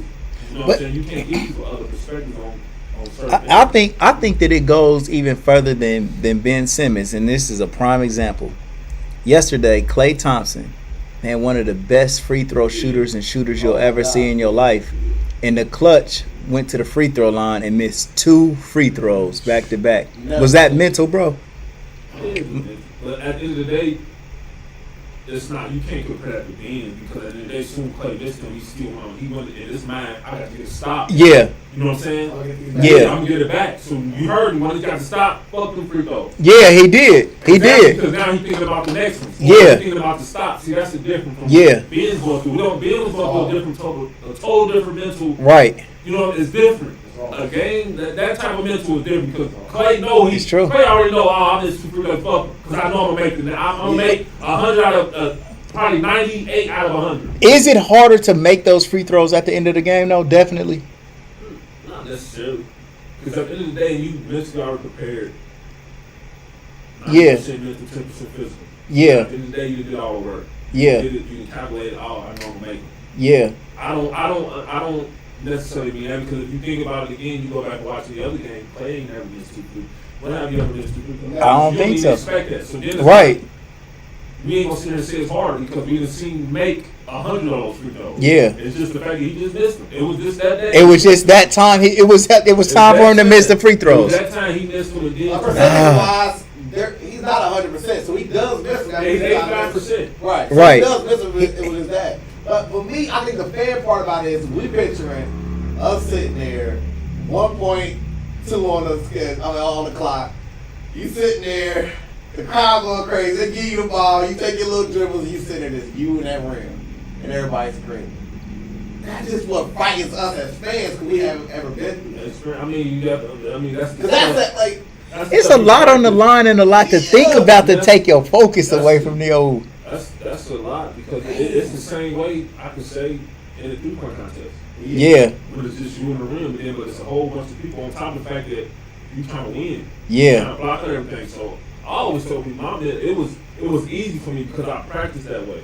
I practiced in the quiet gym, so I practiced and I knew how to shoot or take people's ears, sounds and stuff away from me while I shot. Yeah. So I blocked it all out. Yeah. So when it came to shooting threes, it was the same way. It's me in the rim. That's me and you. We in this 60-second relationship. So now we're gonna figure it out and make it out. Yeah. Make it work. Yeah. You know what I'm saying? So it's like let's let me do my job and we figure it out from there. And that's how it is. I'm in a relationship with you for 60 seconds. Let me make it work. Because I'm shooting at you. So let me make more shots to make you feel better. You know what I'm saying? I'm not trying to punish you. So let me make more shots. You know what I'm saying? So you are now a relationship guru right now, bro. Between you and the real at least. Yeah. I mean that's the love that I was love at first sight. Yeah. Damn, bro. And then when you make a big time shot, man, are you coming to game and you make a three and the crowd go crazy, bro? Does it energize you? What? Turns you up or not? But Yeah. you still have to keep your mental because at the end of the day you don't want to get overexcited. Yeah. Because sometimes you start to overthink or start to analyze or try to figure out when you're gonna get to the next shot where you just gotta continue to stay patient, play within the game scheme and realize that the next shot will make it. You know what I'm saying? So it's like you don't want to overthink it or play out of place with it. So for me it's just like I'm gonna make the next shot, but I am hyped because it's a big shot. On top of the fact that fans are backing me, and it's like, yeah. I want to do that one day, bro. Just hit a big boy ass shot. You know what, man? Like they should create a YouTube. You know what I'm saying? Like an actual a metaverse experience like that. They do got the metaverse experience where you can be like front row at the games. It's like you're there sitting courtside. You know what I'm saying? Nah, I want people to sit courtside watch me hit the game. Well, man, I had an idea, man, that was so cold, right? Like, but I think that they already done came with this now, where they would set like I was thinking about it more along the line for NFL, but you could do it with NBA players if they would have a headband. But you put just like a small camera on the helmet, on the or on the headband, and then you kind of like see the game from the player's perspective. Yeah, that'd be dope. That'd be like almost like what they do now with the mics, man. Mic them up. Yeah, right. Now you can put a vision to it. You put the vision to it. So when you catching that ball, bro, I show you. I mean, you catch it from your perspective. You pull up. They making cameras now. You can put a little button on the jersey. Yeah. You know what I'm saying? Like that'd be dope. That's real fire. Like I had the whole vibe in the concept, man. And just think like a wide receiver. He's running his route. He looking to pass in. Oh, got that thing. Quarterback, you see the rush coming, the release. Sweet as fuck. And what would be even more crazy if you could just have like all of these different angles compiled. And then, like you, as the viewer, you could maybe switch from angle to angle. You know, like I could be the running back on that play. I could be the coach. Well, but you could, when the quarterback throws it, if you would know who the targeted receiver, you know, you could switch to that angle and then look the pass in. So you could just be like immersed in the whole thing. Like NFL zone is how it is. Like whenever like in the red zone, they go to that game. And then, Yeah. Man. Come on, fool, let's get that together. So you a gamer, right? Call of Duty. Okay, yeah. So like you open up the Fortnites of the world like that.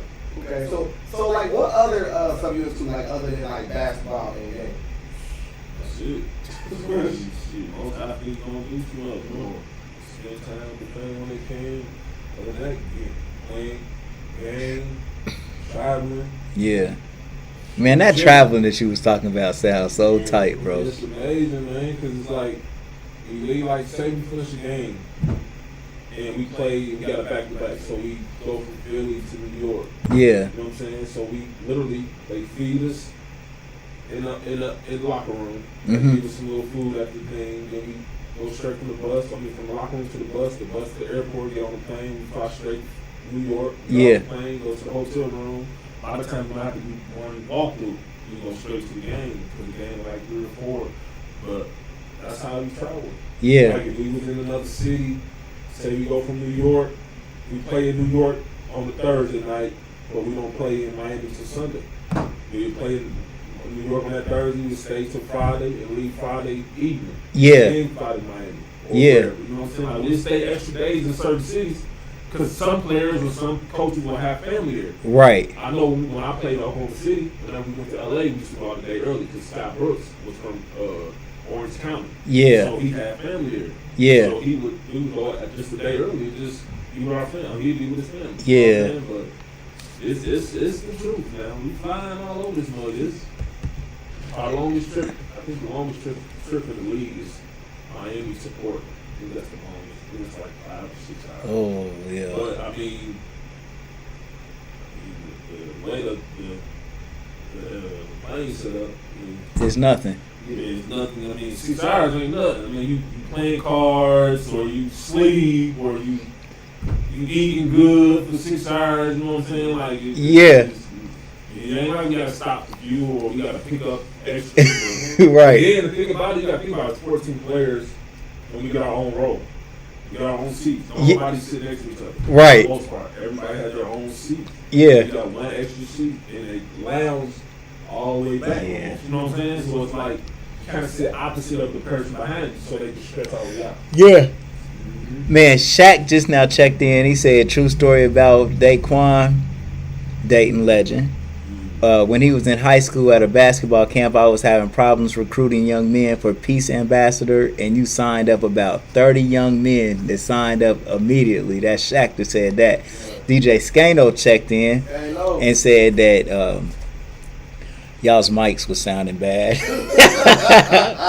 Skano! He always I don't know, man. Skano, you got to realize Skano is a real live DJ engineer, man. You know what I'm saying? But he just putting us up on game, getting us tight.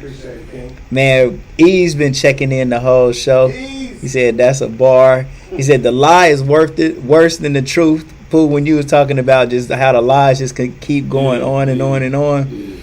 Big Kiara Wine checked in, said bro played with and against legends. My family, I love y'all.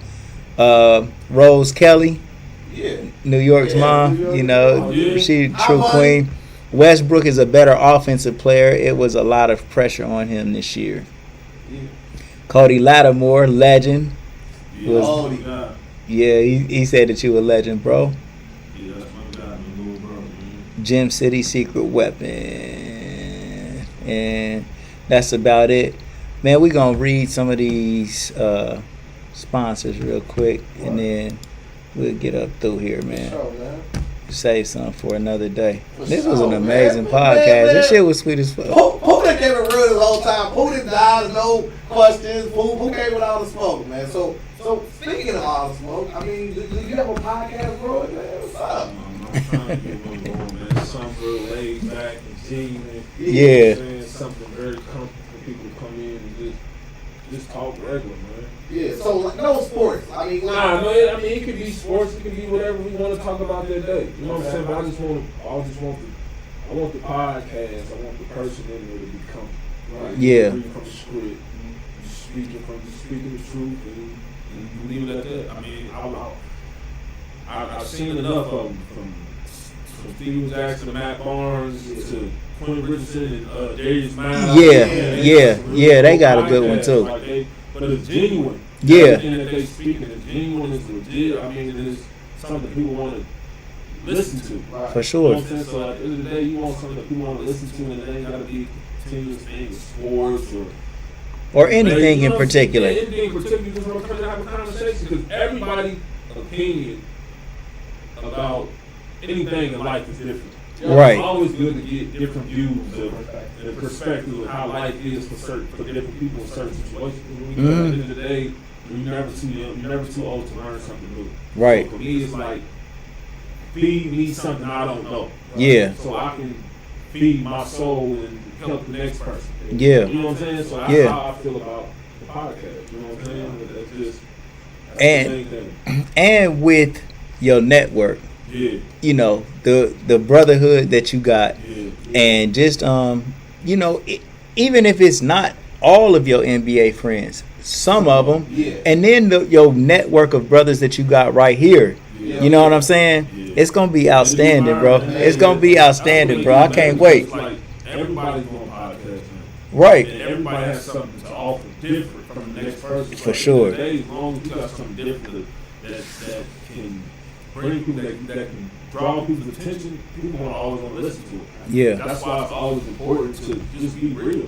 As long as you're being real, then what can people say about it? You know what I'm saying? That's Man. how guys are. That I know that have podcasts. Mm-hmm. That's like Matt. No, not Matt Barnes.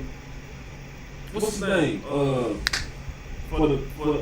Draymond Green. Oh, Draymond Green, yeah. Podcast was right after the game in his hotel room. Did. I don't think that's right. You know what I'm saying? But like, that's right. what I'm saying. Like, Right. To have that platform to be able to do it right after. Right. He went straight into a podcast. By Right. himself and Right. talked about it. Didn't answer any questions from the media and set up his own media event and press conference, which was gonna definitely get the views that he was looking for. Man. That's what I'm saying. But that's what I'm saying. Like, create something different. Right. Create something that people like. Media didn't hear it first. We all heard it. Everybody heard it at the same time. Right. Draymond felt about it. Right. So that's what made people even want to hear it even more. It drew everybody in. Everybody wanted to hear it. Mm-hmm. Like, that's the power of a podcast or certain people and the impact they have on people. I like LeBron's The Shop too. You gotta think about the scenery. Man. I mean, it's just comfortable. We in the barbershop. Yeah. Where guys usually go to have conversations. Yeah. The only place free speech still exists. Yeah. And hair salon. Yeah. But that's what I'm saying. It's just in the comfort of a barbershop that we're used to and around people that we used to having conversations with. Period. It's grown, mature conversations with people. Period. Hey, really? Like how we just chopping it up right now? That's what I'm saying. Like, that's the vibe, man. That's the vibe it's supposed to be. That's, you want to get serious, you really chill and be like, laugh about it. Man, when me and Peanut, man, one thing about P that I really love, bro, is like, man, he does not change, bro. Yeah. Like the same way he is on camera, like he just walk in the shop and he the same way. He got so much energy. And it's always just giving them flowers. And so, like, when we just in here, we chopping it up. Like, bro, it's like, it's not me versus Peanut, but we done created that dynamic where please take a point from Peanut. That's the only thing I want people to do. Is just, please, do something to make him look bad on the show. So, man, like, bro, we don't...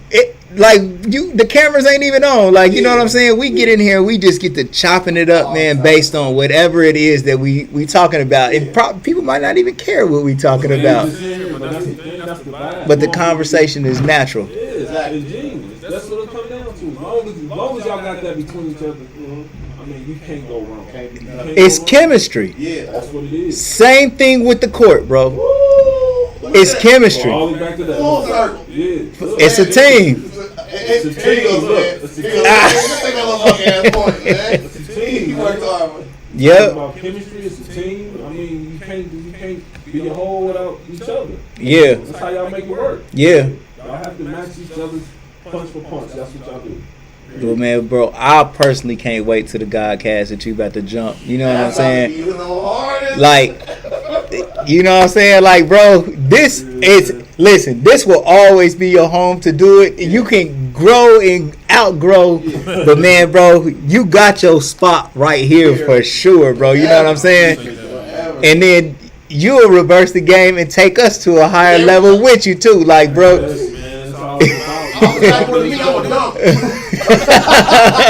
That's a bar. Yes, sir. Man, all right, come on, Pooh, take us out of here, bro. What you got for us, bro? Any good old words of wisdom? Man, nope. Right. Y'all heard enough, man. Yeah. Don't walk down dark alleys at night. Yeah. And that's some real wisdom for sure. All right, y'all, man. We love everybody, man. Tomorrow we got Gillette. Yeah, man. Horace Gillette, fitness extraordinaire, man. Listen, yeah, man, it's gonna be lit tomorrow. All right, we got Horace Gillette and man. At 1. That's at 1. We on the early side, and then also tomorrow night we got Robin Javette Mobley, bro. She got a real cold podcast that's coming with us tomorrow, or interview. A bro lost his wife to cancer. Another person just found out they had cancer, and a doctor that treats cancer. All of them are gonna come to the show, man, and we gonna work it out, man. Like super powerful, man, because cancer is.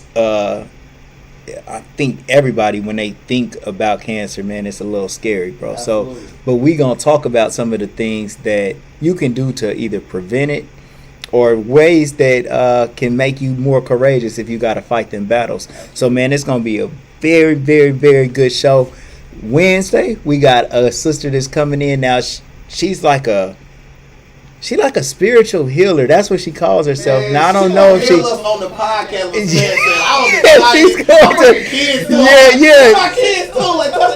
She gonna get in there, man. I think she I don't know if she tells fortunes. I don't know if she do all that. But I think that's around her area. So she'll either talk about it's bad or not. So what I'm gonna ask her is, who got more points, me or you? I'm gonna ask her to see if she been keeping up. That's a great, yeah. She's gonna tell us. She's gonna be able to tap in. Got the most points, then I believe. And we know the answer to that. We know the answer to that. And Friday we got Dr. Isaiah Pittman coming on the show, man, with Lake Gibson. He does a lot of major stuff. So man, we got. Saturday I'm going to Cleveland. You going to Cleveland Saturday? Saturday, man. I'll be back Sunday. What's going on? I'm actually going to do I'm actually going with my Haselasi, what? And all. Then we got to go down there to observe. It's a festival that happens only in Cleveland. They're trying to bring it down here, where it's like it's supposed to be major, bro. Like the way it was explained to me, it's major. I'm a undersell it by telling you how major that's gonna it's gonna be in Cleveland. So we bringing it to Dayton though. So. All right, so that's gonna be lit, man. So and then on Sunday it's Sell Stocks Not Dope. My brother Peanut Johnson teach you how to get a big old bag from investing your money the right way in stocks, and that's gonna be at 8 p.m. on the Dash Resource channel, you guys. So Chic for breakfast, Agnes All Natural Grill for lunch. If you're ever injured, call attorney Michael Wright. Make the right choice, 937-222-7477. If you want to get lit a little bit, get you some of that Kiara wine. My bro Antoine Cunningham on Facebook, or you can buy it at More for Less. We're at T-Shirt Kings, man. T-ShirtKings247.com. Go for your mouth and go for your mouth in the metaverse. I'm at 4301 North Main Street. Come through and see what we got going. We got a nice special going on. 50 shirts for $250, so basically paying $5 a shirt. You can flip them, sell them for 10 and double your money, or sell them for 20 and quadruple up. So come and see us at T-Shirt Kings, man. We love everybody. We look forward to seeing y'all tomorrow, so make sure y'all come through and check us out. Oh, we do got a new Twitter. You didn't even know that? The Legendary People Podcast on Twitter. It's lit now. It's lit. We just got our Twitter today, so y'all Wait to add follow us, you guys. Follow us on Twitter, man. The Legendary People Podcast, and it's at the Godcast Kings. At the Godcast Kings. Legendary People Podcast. All right, Pete, what you say? Legendary People Podcast, Legendary People, Legendary Stories. Man, be a capitalist, not a victim.